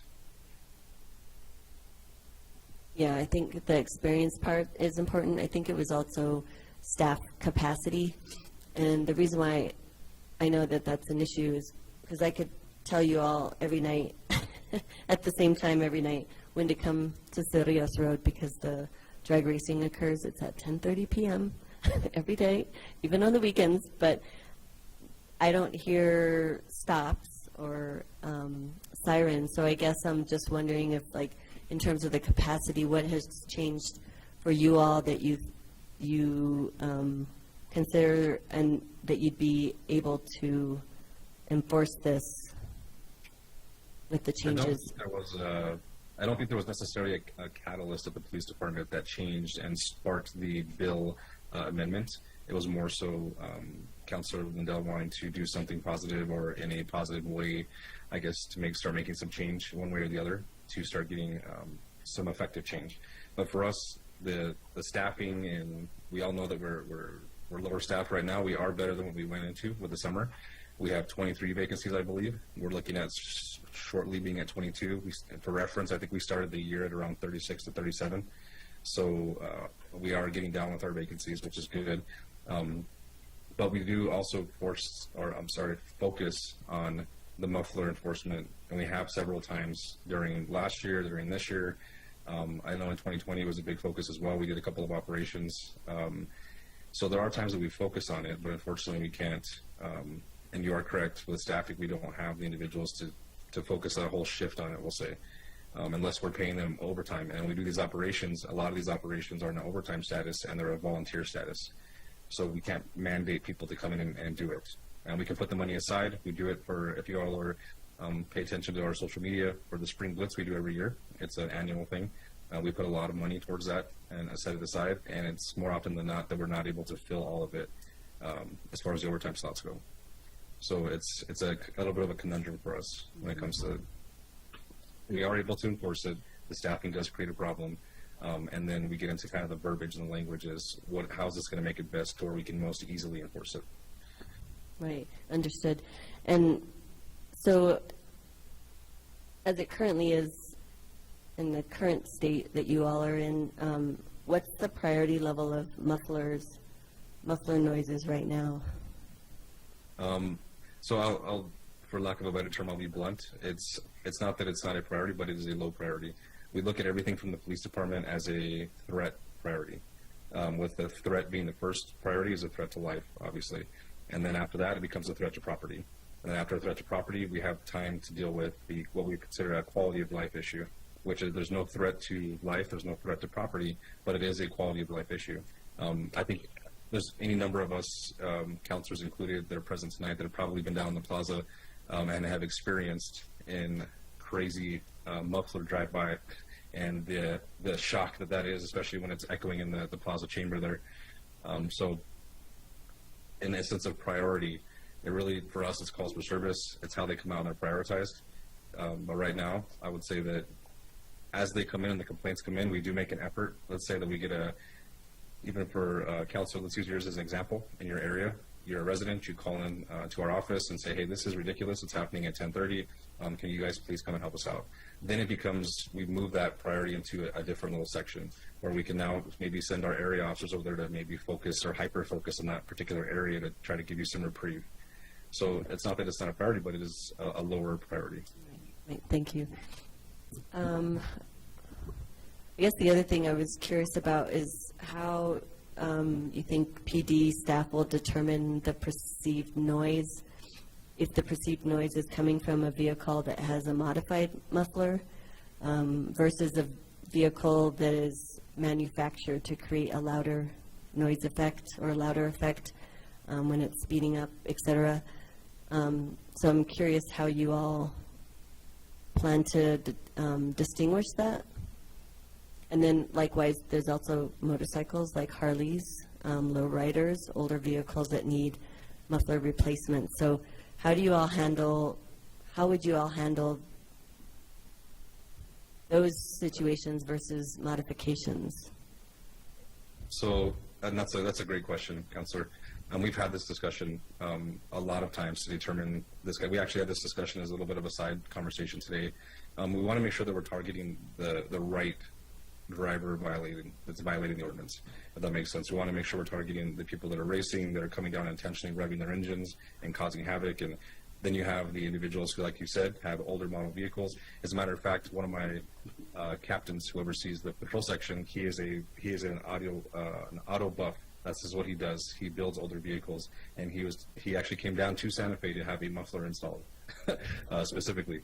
So, and he said it's not to come and wreak havoc. It's because this is what I do, and this is what I love to do, and this is a love of what I like to do. So, and we have those cars. They come through and they do the the cruise, we'll say, and stuff. And that's not what we want to target. So you're absolutely right, and that is a larger conversation, I believe, for the police department to have, for city staff to have, to figure out how it's best. Right now, it's more so becomes with the racing.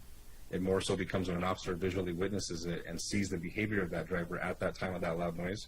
And maybe it's because they're racing, they're being unsafe, they're being reckless, they're going to the plaza and they're burning their tires, and they're seeing other visual cues. And that's the way that they're targeting that particular violator. Okay. So did you tell your officer he might get a citation for his vehicle? We had a long conversation because he had, as a sidebar here, he just had a concern about the auto body shops and installing and how that was going to work out for out-of-towners. Because I didn't know this, but I guess several of our auto body shops are well known for what they can do with mufflers and their specialties. Right, yeah. And actually that brings up another point of how we notify folks that actually are in this business that this is coming about. I had asked one of the sponsors about, well, that's a stakeholder, so are they notified that this is occurring and how it might potentially affect their business? And has anyone reached out to any of those businesses? And I was told no. So I think that's one area that people, if we're talking about, changes to ordinances and we look at all stakeholder viewpoints, that's one that I think we should at least let them know what this means to them and the implications.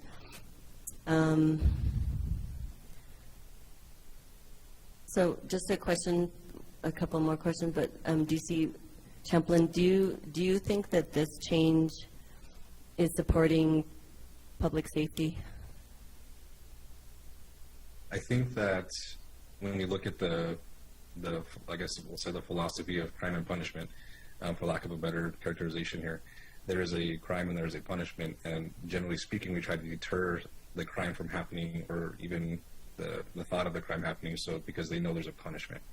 And that's not always the best route, but it is the basic theory of criminal justice, we'll say. So right now the penalty is $25. I do think that even if we do a fix-it ticket option here, and I love the option as well. I think if they fix it, absolutely, that is a great option. They don't get penalized for it. But if they don't do that, or they refuse to do that, there has to be some kind of penalty, and unfortunately, that's generally going to be some kind of financial penalty to deter this behavior from happening, or deter people from installing these things. So I think that an increase in, I think the fix-it ticket is a great idea, and I think that on the back end, we just have to be careful with, if they don't do that or they refuse to do that, we may have to hold them accountable in a financial penalty type way.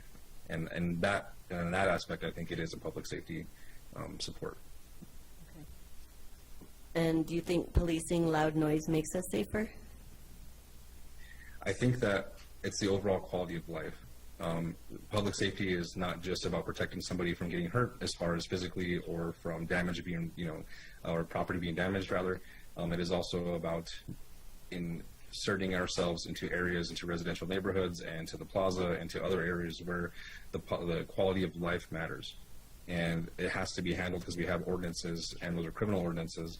Via this way, it's a traffic issue for the police to enforce, to maintain that quality of life within that particular area. So I do think that it's not a high priority like I kind of discussed earlier, but I do think in a way it is public safety related, and in support of that, I guess you could say. Okay. Thank you. And I guess I'm struggling with the criminalization of types of behaviors, and, you know, or I'll call it noise criminalization of certain groups. Like, there's other noises that we experience around town that don't necessarily get as much scrutiny, but they are disruptive. I mean, even some people would say dogs are. So I guess I have a hard time with this, like, what do we decide we criminalize in terms of noise? And there are, in more or less, a certain group of people that do fall into, you know, muffler modifications, and that doesn't sit well with me either. So those are just some things I want us to contemplate as this goes through the process. Because I agree, doing nothing is not an option. I just don't know what that happy balance or medium is that's equitable for people in our community from all perspectives. And then I had one more question that was a legal question, and I don't know if anyone could answer this, but it's about the citation increase and if it meets or within the confines of what they call excessive fine laws, and it's regulated by the state. And we got some information today, but it wasn't from it was from a lawyer, actually. So I don't know if we have any input on that, and if we can. Madam Chair, Councilman Villarreal, we'll have to look into that and get back. Okay, sounds good. That's all I have, Madam Chair. I'll yield the floor. Thank you so much. Councilor Lee Garcia, you also pulled this. I'll send the floor over to you. Thank you, Madam Chair, and appreciate the conversation here. Councilwoman Villarreal, thank you. You basically covered everything I was going to ask. And I think we're going back to how do we identify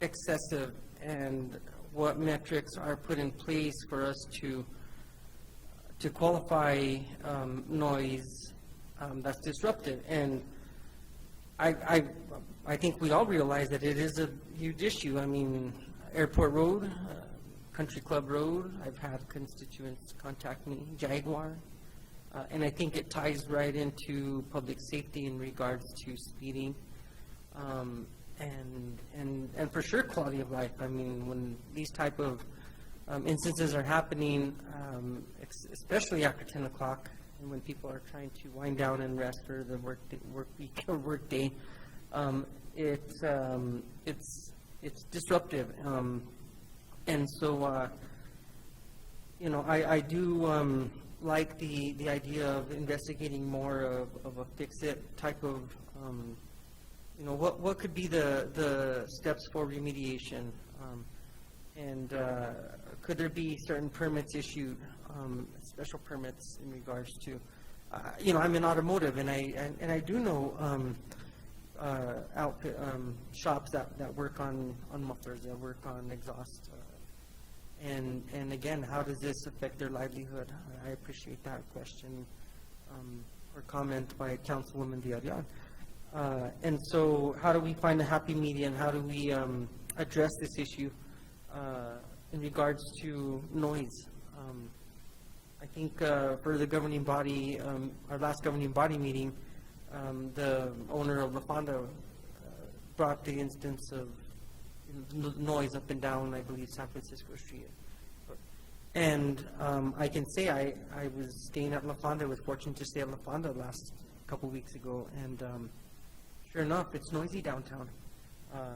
But it's not just the cars, it's the trash trucks, it's the banging of the gates opening up, and so there's a lot of noises. And again, I want to make sure that we do get this right in regards to how we qualify this. And I think how we tie it into street racing, I think, is one of the biggest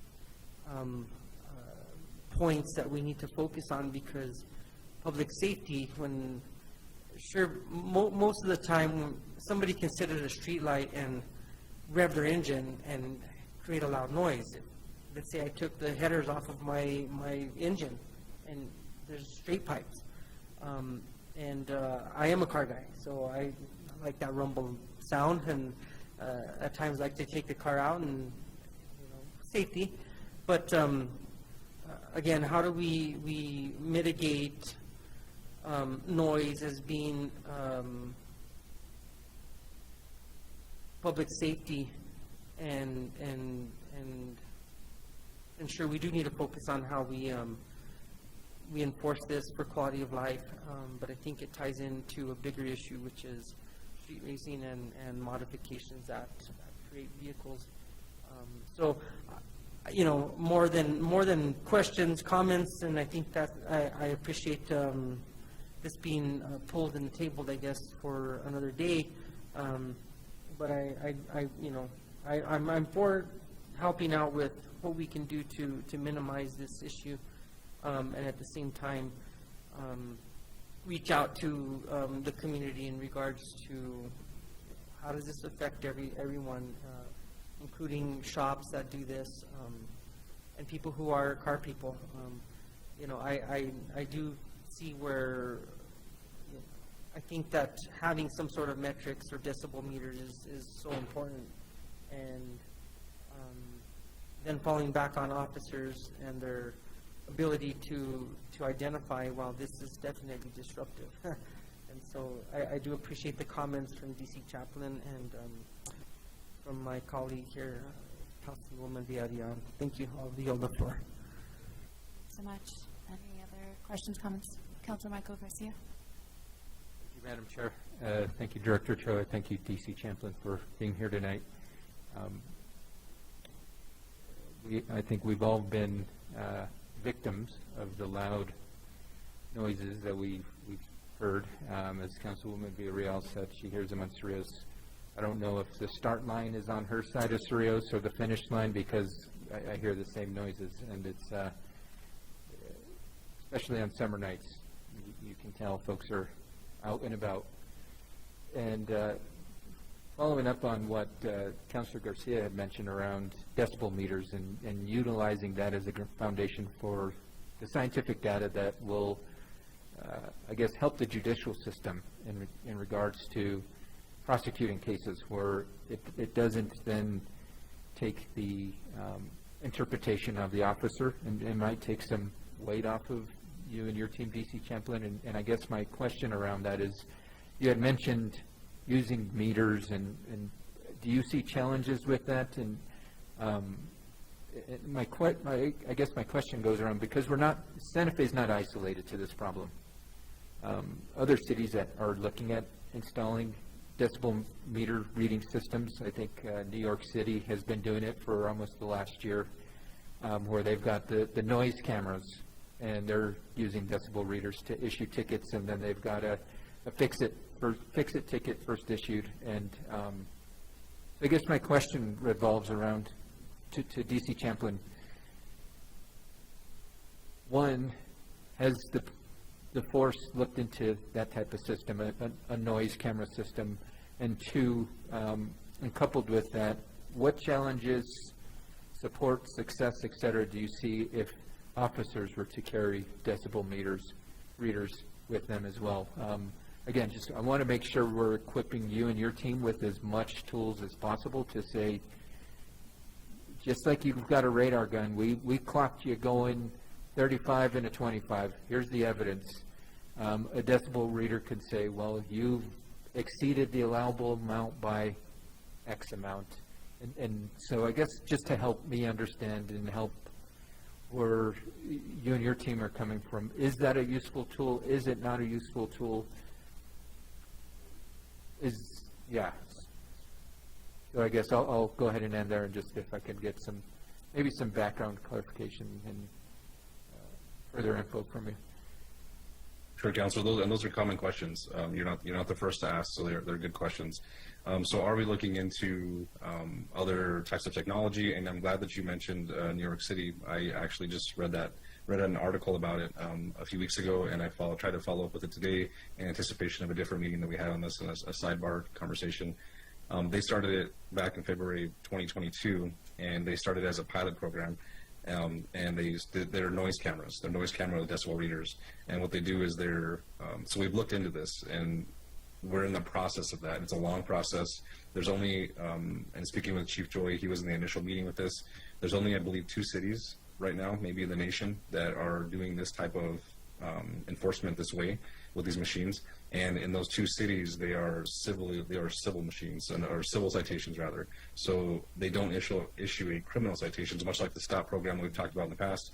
They are civil citations, and once it becomes a civil issue, they're not within the purview of the police department in either city. And if you looked at, and I'm sure you read the very similar material that I read, in New York City, they actually fall under the Environmental Protection Department of New York City, and they look at it like a pollution problem. They look at it like just like water pollution or any kind of littering or any kind of polluting the environment. They look at noise as pollution for mufflers. So they look at it from that scope, if you will. And it falls under their purview, not the police departments. So that's something that Chief Joy and I, and even Director Ochoa, have had conversations about, even as early or as recent as today. So we are definitely looking at what is out there that we can do, and then if these things are truly reliable and we think that it's something that would be a good fit to bring in front of the committees and the governing body, is the best option to not have it within the police department? Could it potentially move into a code enforcement type option where in New York City, what they're doing is they receive a civil citation. It's not a citation, it's an order to show. So they will receive this order to show. They will show up at said location to have their mufflers inspected, and they will do the decibel reading there. And all of the stuff that goes with the specialty of knowing the mufflers and doing the decibel reading, they actually do it there at the environmental department, we'll say. And there's no police involvement. And then they deal with it there. If they don't show up, then the fines start to increase, and they do get civil fines after that. And after a certain amount of times that they don't show, I think the civil fine can get up to almost $3,000 for them not showing. So we're definitely looking into it, and it's on the table. We've had discussions with the company. I think they're out of Europe, actually. I don't even know if they're a U.S.-based company. Excuse me, that was my daughter running up the stairs with both of my big dogs. Sorry. But with that being said, the other question to your second question, are decibel readers, what kind of issues would it be good? What kind of issues would the PD have with that? There are some complications. One of those is anytime that the police department is using any kind of specialized equipment, we are put under strict scrutiny when it comes to the licensing of the dialing it in, so to speak, and making sure that everything is working the way that it should work. And even in having a municipal court, potentially having to have an expert, somebody who could come in and really testify to like exactly how this machine works. Just like we have to do with the breathalyzer machine, we'll have to have SLD staff sometimes come in from the state to testify to the technical specifics to that particular machine. So there are some challenges there with the decibel reader. And not only that, just getting the officers trained up, and if there is a certification for it, getting them out into the hands of the officers. And then from there, we've thought about how exactly would we do this enforcement-wise. We've done things well in the plaza where we actually just have people in plain clothes, and they are visually looking and hearing, looking for the mufflers, and then they will radio to a marked police unit to say, hey, that car is doing this. And that's been beneficial. Can we do that with decibel readers? Maybe, maybe not. So there are some challenges and maybe some enforcement, I guess, ways that have not been fully thought out yet, and I think it's maybe of a larger conversation to have with those. So there's definitely some challenges, and I don't think the chief or I are close to it, but we are extremely interested in the machine, or the noise camera, if you will, and extremely interested on how New York is doing that or New York City, with pushing the people, rather than getting a citation on the first thing, they're pushing it into a department that can then they're equipped to inspect that vehicle for that, and it cuts out the police department as a whole. So I hope that answered your questions. It does. Thank you so much, Chief Joy. And I think it's just the basis of the questions is how can we provide you and your team with the tools necessary to help alleviate these noise challenges. And I appreciate the research that you all are conducting. And if you all come across any other tools that can be useful or helpful, please bring them forward, because I think this is an issue that has been, as Councilwoman Villarreal, it's pre-pandemic. I've heard the racing going on before the pandemic, and I think when things quieted down from the pandemic, it just allowed us to hear them a little more, and folks are participating a lot more than they did in the past. And so with it, thank you, DC Joy, and thank you, Director Ochoa. No other comments for tonight. Thank you so much. Can we make a quick note that as of 7:02, Councilor Chavez is excused? Thank you.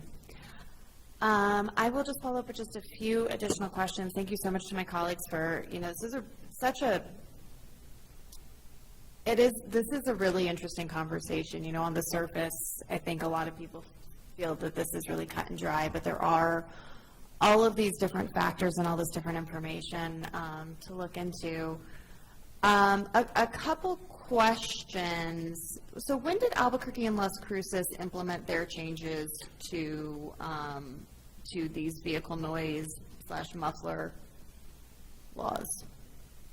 So I don't specifically know if they implemented changes, if these things were already on the books. I was provided that information from city staff. I don't know if Jesse is there. It was his staff, I believe, that was able to provide that to us. Jesse, any information there?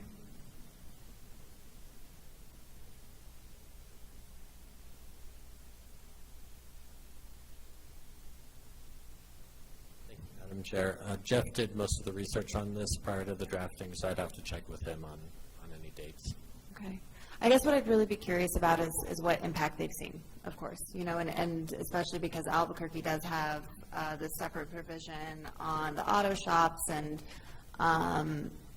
has this been successful? As, what changes have they seen that's been successful? I know that the model that Santa Fe is looking at is different. I mean, Albuquerque does have booting of the vehicle, there's jail time involved, but I'd be curious to hear about any impact that they have noticed as we are considering, what changes are actually going to work to really fix the problem. I mean, I think that's one of the big pieces that we're looking at is we really would like to get to the root of this issue and seeing what has been successful, and not just what other cities have done, but what other cities have seen to be beneficial would be helpful. So I believe we have a policy analyst in the room. So, Connor, maybe take note of that. That would be helpful. I think that most of the questions have really been asked. There is this piece about the subjectivity of what is excessive noise. Are there situations where a car does not necessarily have these modifications that are intended to make more noise than other cars, that they are being categorized as excessive? So whether it is something that's factory made, we discussed, I believe, I guess not in a meeting, but there was a discussion about, one of the public comments about how you can press this button now that it comes factory installed to make it a louder car. Maybe Councilor Lee Garcia has some information about all the different ways that you can make a car louder. I do not have that information in my head.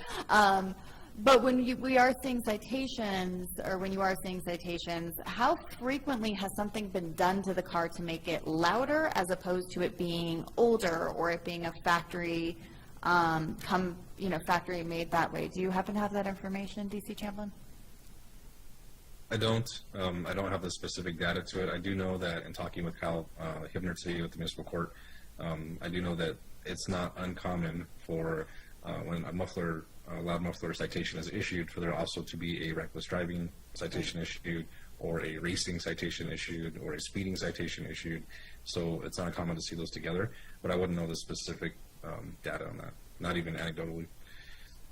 And I'm curious if we have that anywhere, and so maybe that's just another thing that we can be digging into over the next couple of weeks as we're trying to refine this. And then in terms of there normally being a separate citation, and usually those are citations that sound a little bit more like reckless driving to me, so racing, speeding, et cetera. Are they more frequently to have that additional citation because they are engaging in a behavior that is a greater threat to public safety, or simply because that is when the car is the loudest? I would say more often than not, it's probably because, and I'm just going from my own personal experience here, like Chief Joy said, I think at one time today, when I used to be a real police officer on the street, not in an office, is generally speaking, it's going to be the visual of seeing the offender doing whatever behavior that they're doing, and they're putting other people that are on the roadway at risk. And as a result of that, because of the way that their car is modified or whatever may be happening, they're speeding, they're driving reckless, there's a loud muffler involved in it. and a lot of our officers know how strict we are with this particular topic. So I would expect that's why you're seeing kind of both coming into the municipal court within the same case, we'll say, same defendant. Okay, thank you. And that kind of brings me more to a comment, and I think that it is a question for us as a governing body to really grapple with. DC Champlin, earlier you had mentioned, does the kind of crime and punishment philosophy, there's a crime, does the punishment fit the crime? When we are looking at our fee schedule for our citations, with this change, this would make this one of the highest fined violations. So higher than texting while driving, higher than going 35 miles over the speed limit, which is at 200. I believe that your first DUI is $100. Running a red light is $25. Driving while license suspended is $25, although revoked, then you're going to $300 to $500. And so prohibited activities while driving, that's the, texting while driving is at $200. And I think that this is a really interesting conversation for us to have around the impacts of these different behaviors and how do we value them and what are we saying is, because essentially you could say it's worse to do these other things. If the philosophy is that a higher fine is going to deter people from doing these different behaviors, right now we're saying that modified muffler and noise is worse than drinking and driving. And what the impact is on public safety. I would agree, though, with kind of this comment, so why it makes it such a complex issue, that this does actually really negatively impact a lot of people's quality of life. I as well. I think there's a track that probably hits most of us. It's the Cerrillos Road to Camino Carlos Rey to Governor Miles, which turns into Jaguar loop that I seem to hear go around quite frequently, about 11 o'clock at night, most evenings in the summer when I have my windows open. So, it's definitely, it's a citywide issue. We see it downtown. It really is causing a lot of problems for a lot of individuals.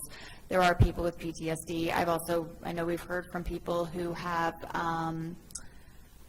issues with hearing, and that it can really impact them, that, kind of that auditory stimulation coming in can be really disruptive. And so how we figure out what the balance is in terms of really fixing the problem. And again, this is why I'm really interested in that fix-it ticket. And DC Champlin, I really appreciated in our conversation earlier about, how does this start to escalate if people are not, are refusing to fix the mufflers. I think that there's a lot to think about and a lot to work through and a lot to discuss over the next couple of weeks. This actually might be a question for Councilor Lee Garcia. You might be able to answer this. Are there other modifications to cars that make them excessively loud that we're not talking about? Is mufflers, is that like really the noise pinnacle, or are there other things that we're missing that maybe we're also experiencing in Santa Fe right now? Well, in regards to vehicles and modifications to their exhaust systems, mufflers, in this, in the bill, it refers to straight pipes, it refers to glass packs, it refers to cherry bombs, it refers to a lot of different devices that change the way a vehicle sounds. And so,